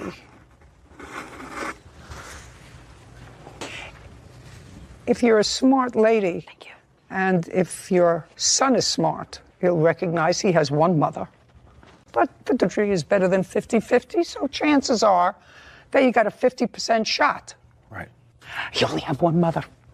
And it was a mother who was... For the most part, yes. Who clearly adores her grandson, who I don't know if she sees anymore. No, ma'am. All I'm telling both is that that's being unfair to him. Understood. You know, controlling children, which is clearly something that happened time with your husband. You controlled the children because it was clear that if he couldn't see the children with you, and your mother made it difficult to children, so that means you using the children as a control, which is really not supposed to happen if you're a loving parent. I controlled their influences. No, it's supposed to happen is if you're a loving parent, you want the widest possible community of a village, them, to be part of them so that they can feel as if they have a safety net, that they grow up with as many safety nets of love in their life as though if you and your husband are off for an evening in a casino and your car gets blindsided and T-boned and both of you are gone, that there's a safety net for them. You don't want to take that away. It's unfair. In any event, I don't want to hear about this protective order. Actually, Mrs. survived it. Did you hire a lawyer for the protective order? No, ma'am. I just went down and all right. So he owes you $32.50, which he actually sort of for the car, and $361 for the lawyer, which is $36.11. Mr. Gilbert, Mrs. Gilbert, marriage is up and down and up and down. You have a child. Your child loves you. Clearly, your child had a relationship with his grandmother. Right. Yes. You really should be of making sure that that relationship continues. And you try to put a period, just as you put a period with the anger that you felt towards your wife. Right. You put a period. Yes. I would try to do the same with my mother. Judge, for the plaintiff, we're finished. Thank you. Court is adjourned. It was fair as far as the amount that was owed. I did not want to pay her what she was asking for. I'm glad that it's over with, and I hope everything gets taken care of. I tried to get this settled out of court. She refused to work any kind of deal out, and here we are. Being told I was being petty for wanting to be... I have no idea. The fact that me getting back with my wife, I have no idea. That is true, but it's not my marriage, it's theirs. They started off when me and my wife first got together, when we were dating, and it seemed to tinker downhill. I hope our relationship can be put back together. I really do. If she can be court, not throw rocks, show up at my work threatening me. I just went and asked him if we could talk like adults. Then there's a possibility, yes. I'm glad it's over. As someone who grew up with many safety nets, I think that was a great lesson in there to both the defendants, that taking away a child's safety net, some sort of ill will or harbored resentment against a parent is just unfortunate, legal issue or not. So I thought that was a great lesson.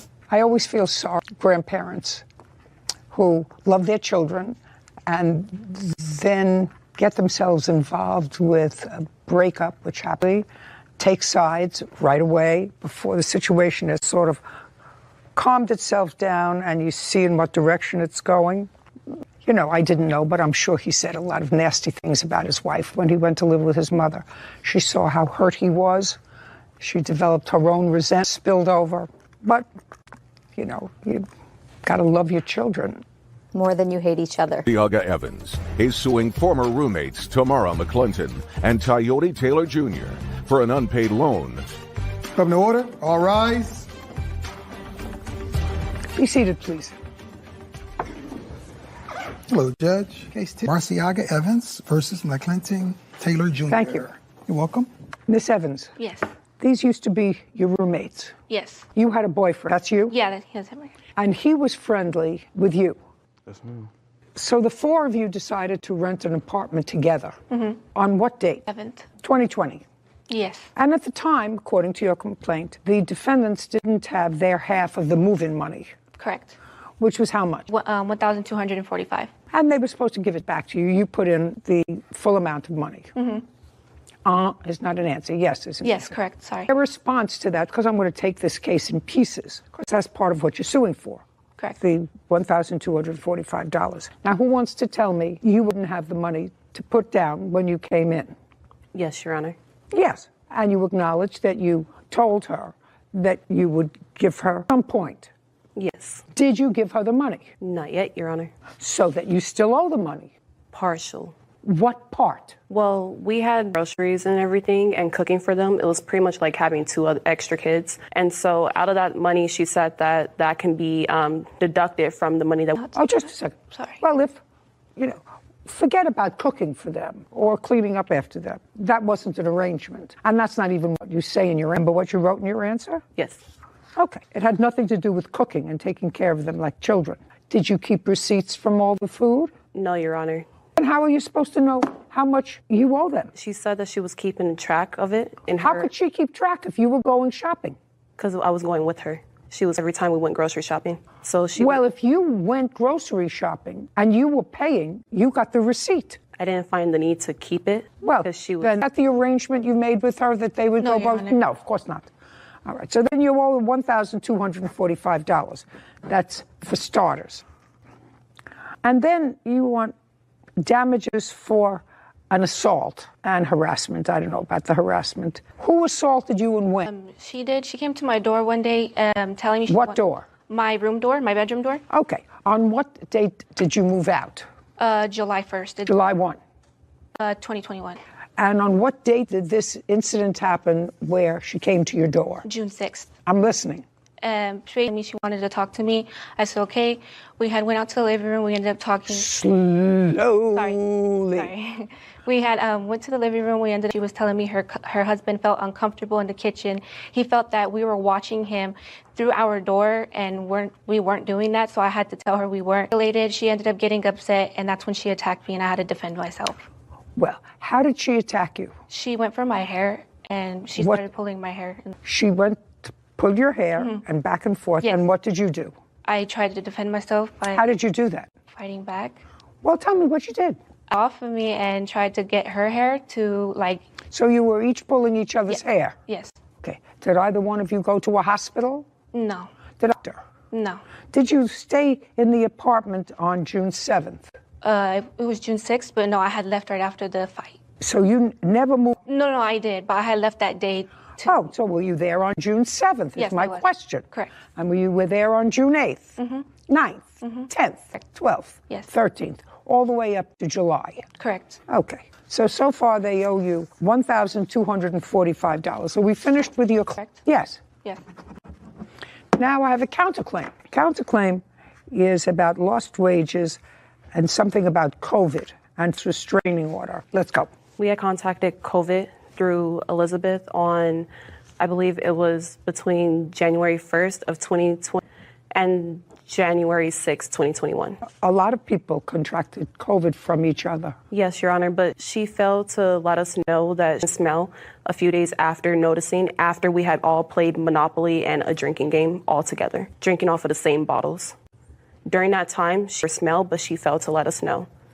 Yeah. Was she tested? She did get tested. According to what you know, did she test positive and then fail to tell you? Yes. She told us a few days after her results. That's incorrect. I had let them know the day I lost. I said I didn't know if I had COVID or not, so I'm going to get tested as soon as possible. I have my test results. I got tested literally a few days later on the 6th, and I let them know that I wasn't able to taste or smell, though. I didn't know if I had COVID or not for sure, though, but I told them, I'm sick. Just want to let you guys know I can't taste or smell COVID or not. And before I had, I got sick, she was already sick with the cough before that, too, and she was working. I have right here her telling me that I was sick because she felt sick and that she was getting the chills and that at her job there was all kinds of COVID cases. So can I see that, yes. please?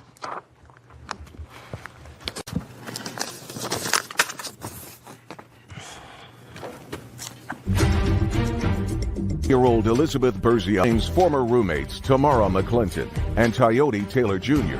owe for an unpaid loan and an assault. Tamara and Tyote are counter wages and filing a false restraining order. Okay, well, this is written in December. Yes, Who is the green? that's me. So you're probably not up, but do you all feel sick? Not from the food. What does this mean? I am laughing my off. Oh, thank you. Like a cold sick. And then you say, I'll laugh out loud. Laugh out loud. I have a little cough that comes and goes. Our job has new cases. This is. Yes, Your Honor. Our job has new cases of COVID, so you must have felt as if you had a cold. Yes, Your Honor. Okay. Every week this lady says, working with her, I said, I'm going to get tested. That's you. I'm not going to say anything to the job yet because I don't be like, oh my God, come back after you get the results. So you said, am I reading this right? You said to her, I'm going to get tested anything to anybody at my job because I don't want them to tell me to come back after I get the results. So let me understand. What is your last name? McClinton. Miss McClinton, your countersuit against her is that she had lost her taste and smell right away, right? Correct. And as a result of that, you got COVID. After That's what, just a second. As a result of that, you got COVID. And 2.5 weeks before is that you were feeling sick at work, but you weren't going to tell anybody. You were going to get a test because you're there to say goodbye. Come back after you get the results if you're not feeling well. Am I reading this right? Yes, you are. You count judgment for the plaintiff in the amount of $1,245. Thank you very much. We're done. Court is adjourned. I did not have a cold that I received from my daughter. I feel like she had it and she didn't know. We had a disagreement on how she let us know that her boyfriend had put his hands on her. And where they got that from at all. I was like, as you can see, we're happy together. If anything, she was going to file anything. She waited until like weeks later, months later. You should have just filed it right. With roommates again. That was really funny that the entire counterclaim was all for something that the plaintiff proved the defendant, again, clean hands. You don't get to come here and ask for help when you yourself are committing what you're claiming. I have a feeling we haven't seen the last of these COVID-related. I think that people did a lot of foolish things initially during COVID, didn't understand the nature and seriousness of the disease. But that's pretty serious. December, January, people knew how serious it was, and to keep that to yourself was a real problem. It was interesting. It'll be interesting to see how the courts handle what's going to come out of this. Right. Case 1070, West Oates versus Porter. All parties, please step forward. LaShavia West is suing Video Porter for the production costs of a music video she never received. You are Miss? I'm LaShavia West. You have a band? No, I'm a music. I put on events. He's a promoter, and we do a lot of events together. Did the both of you hire the defendant to do a video? Yes, ma'am. Yes, ma'am. When? We actually first paid March 29th. Of this year? Oh, I'm sorry, March 29th, 2021. Yes, ma'am. And when was he to produce the video? 2 weeks after it was videoed, April, and I have evidence of it. Okay. And when did he get the video to you? I never received it to this date. How much did you pay him? We paid him $1,500. You have a claim against him for $10,000. Yes, ma'am. How much was the total price that you were supposed to pay him? Was $1,500 film and shoot. But he did film and shoot? Yes, ma'am. Is what you're telling me that you never received a video from him? No, ma'am. Is that correct? No, ma'am. Tell me when. We sent her a rough draft. When? I think it was March 28th. No, Just it don't was May speak. 28th. Don't speak. May 28th. May 28th. It was May draft. And I explained to her it was a rough draft and that it was more that needed to be done to it. And it's not the final copy. Did you ever make a final copy? Yes, I have one. And it's here. Okay, then. No, ma'am, because she said that she was suing me, so I said, let's take this to court then. But you have a final one? Yes, ma'am. I actually have a clip of what was supposed to be the full preview that I received a month and a half later. Listen to me. I asked you a question. I said, did you receive anything? You said no. See the video. That wasn't the video. What that did was you? That was what they call the full preview, but it wasn't a full preview. So you did, in fact, receive something from them? Later. I don't care whether it was a month and a half later. You have a written contract with them? No, we have an invoice. Do you have a signed written contract with them? No. Does the invoice specify anything other than the price and say video footage? Yes. May I see it?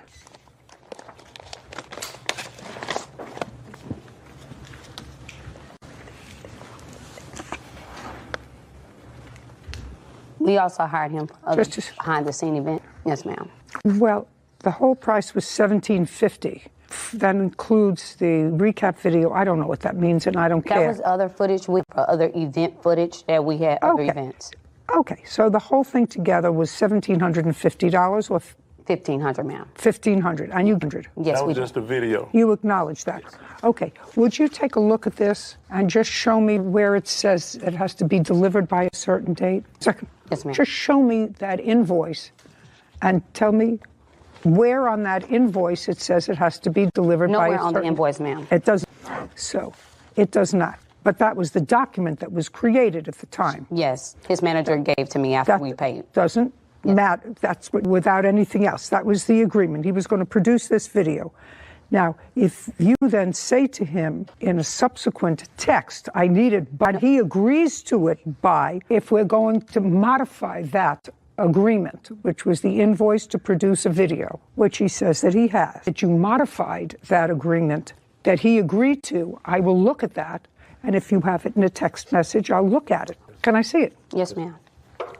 This is from his manager, Angie. Who's Angie? Claims videographer did not deliver the music video she paid for. Chad is countersuing for defamation of character.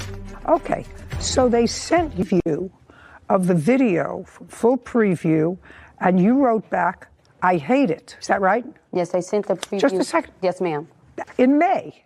Yes, ma'am. That was in May. Yes. When did you advise them that you had the completed video? Well, we never got to that. I sent her a rough draft, and I told her that we were going to make the final copy.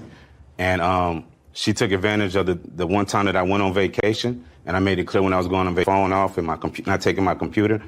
And, you know, I would think that she would call Angie if an emergency happened. Well, I don't care what you think. When did you get her? I heard that you had the final cut of the video. I didn't, because once she told me she was going to take me to court, I stopped everything. And because she was defaming and Okay, so she never got a final cut of the video. No, ma'am. All right, so she's entitled to her money back, $1,500. That's one. This case is for defamation. So that resolves your $10,000 claim. You get your money back from him. Tell me about the defamation. Once I think it was...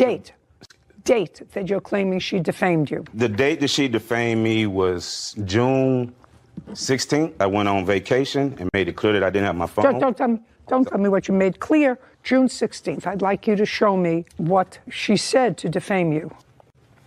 Okay, it's tons of stuff when she was defaming me, but... Okay. All right.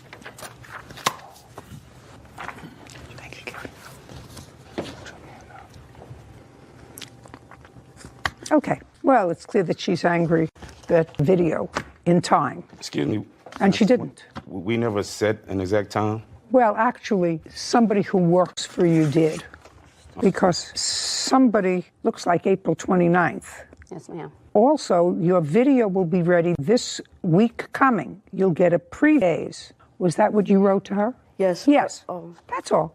That's your agent. It's the same thing. So your agent suggested to her. In the draft, though? The draft. Yes, she said, I'm just reading what I said here. Also, your video will be ready this week coming. Yeah. You'll get a couple of days. That's what it says. Okay. That didn't come to pass. Okay. Okay? And she's complaining about that. I mean, that was the end talking about June 16th. There is a certain, I would assume, time frame in which you need one of these things in order to do with it for publicity. Yes. So I don't see anything here that's purposefully defamatory. She paid you, or they paid you the money. They didn't get delivery on time. Right. It's irrelevant to me whether you go on vacation and turn your phone off and turn off your computer and turn off anything else. She didn't get what was promised to her by your company. So your countersuit is dismissed. On the May I plaintiff's... say one thing, though? Yes, of course. The thing is, you know, by her telling everybody that I robbed her and I stole from her and that I'm a thief, that's not true. I sent her a copy, and... No, you didn't, You didn't. You turned off your phone, you turned off your computer, and she didn't get anything for a month. So she didn't get anything for a month. Your agent said video next week. That didn't happen. The fact that you went away on vacation is not relevant. Your counterclaim is dismissed. You own their $1,500 back. That's my much. Court is adjourned. No, we're finished. Okay. Excuse me, Judge Judy. The damages and losses for the $10,000. $100. That's my judgment. I receive it. Good. Thank You don't get the video, though. I'm fine. I didn't want to use it anymore. This way, sir. I love you. And Me you too. Whatever the judge says is what I deserve. I love Judge Judy, so I'm going to rock with you on that, Judy, because I got We want to see her make it. So she's in her 40s now, so. I'm not the only person. He done it to other artists in Houston as well. She's known for scamming people, and it didn't work this time. I still took a major... $1,500 for a video, that's no problem. I don't mind that. She can have that. His work just wasn't up to quality, and it wasn't for us, and it was a very horrible. I didn't even see the final. The final looks so much better. The final looks fire. It was horrible. It looked like it was Snapchat. I'm glad that she said she can't have the video skills. I always have a delivery day and deliver, because he doesn't deliver, and many people know that he doesn't deliver. I know that you and I may disagree. The invoice is not really a contract, but this invoice had exactly what they were going to shoot, when they were going to, amount of money that was paid. And in reliance on that invoice, plaintiff paid $1,500. The defendant, in reliance on the actually shot the video. The only thing that was missing in that invoice was the date of delivery. And if time was of the essence, that had to be in the contract. Always smart, especially if you're going to rely on a certain date.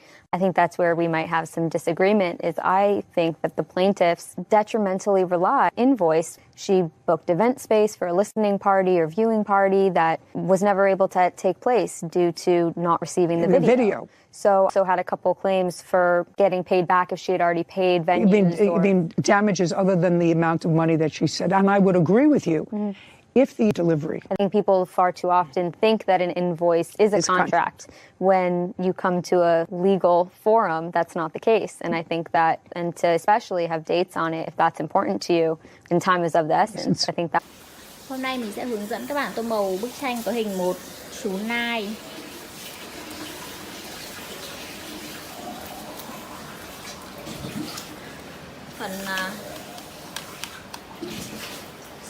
Cái phần bên trên này thì mình sẽ tô màu tím nhá.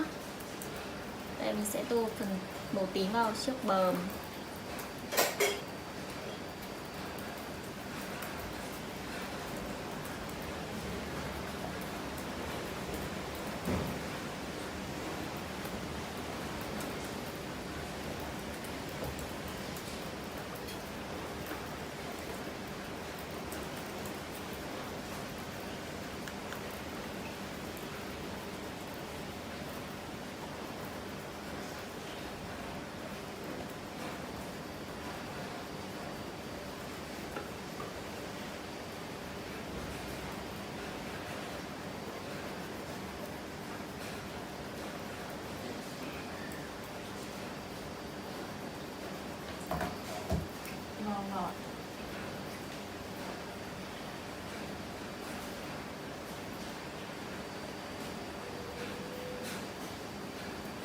Alo chị ơi, chị nhìn thấy không ạ? Ok chị.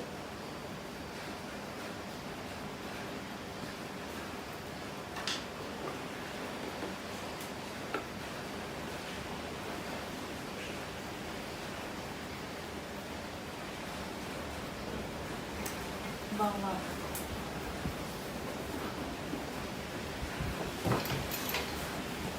Trước đuôi có màu tím này.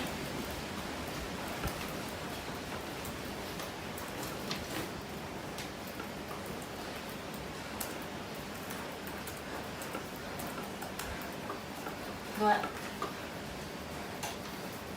Ok chị.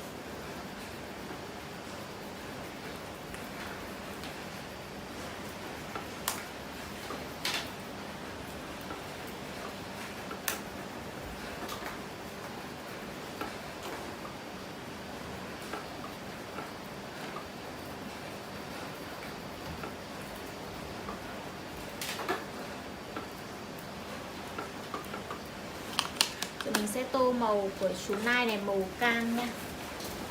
Mình sẽ dùng màu cam này.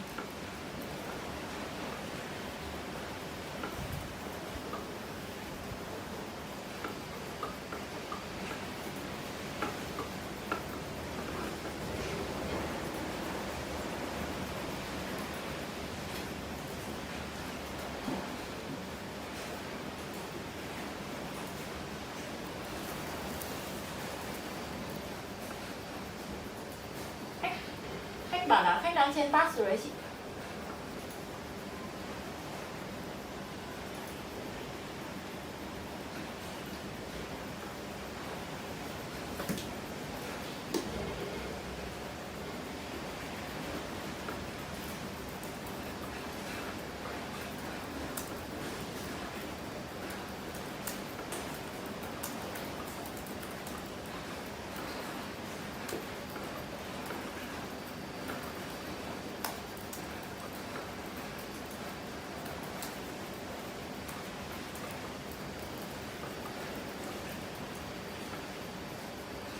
Khách trả gần sân bay thì có mỗi một nhóm Ariana thôi chị ạ. Khách này thì là chuyến bay về 8 giờ ngày mai thôi chị ạ. Nên là 2 giờ chiều ngày mai.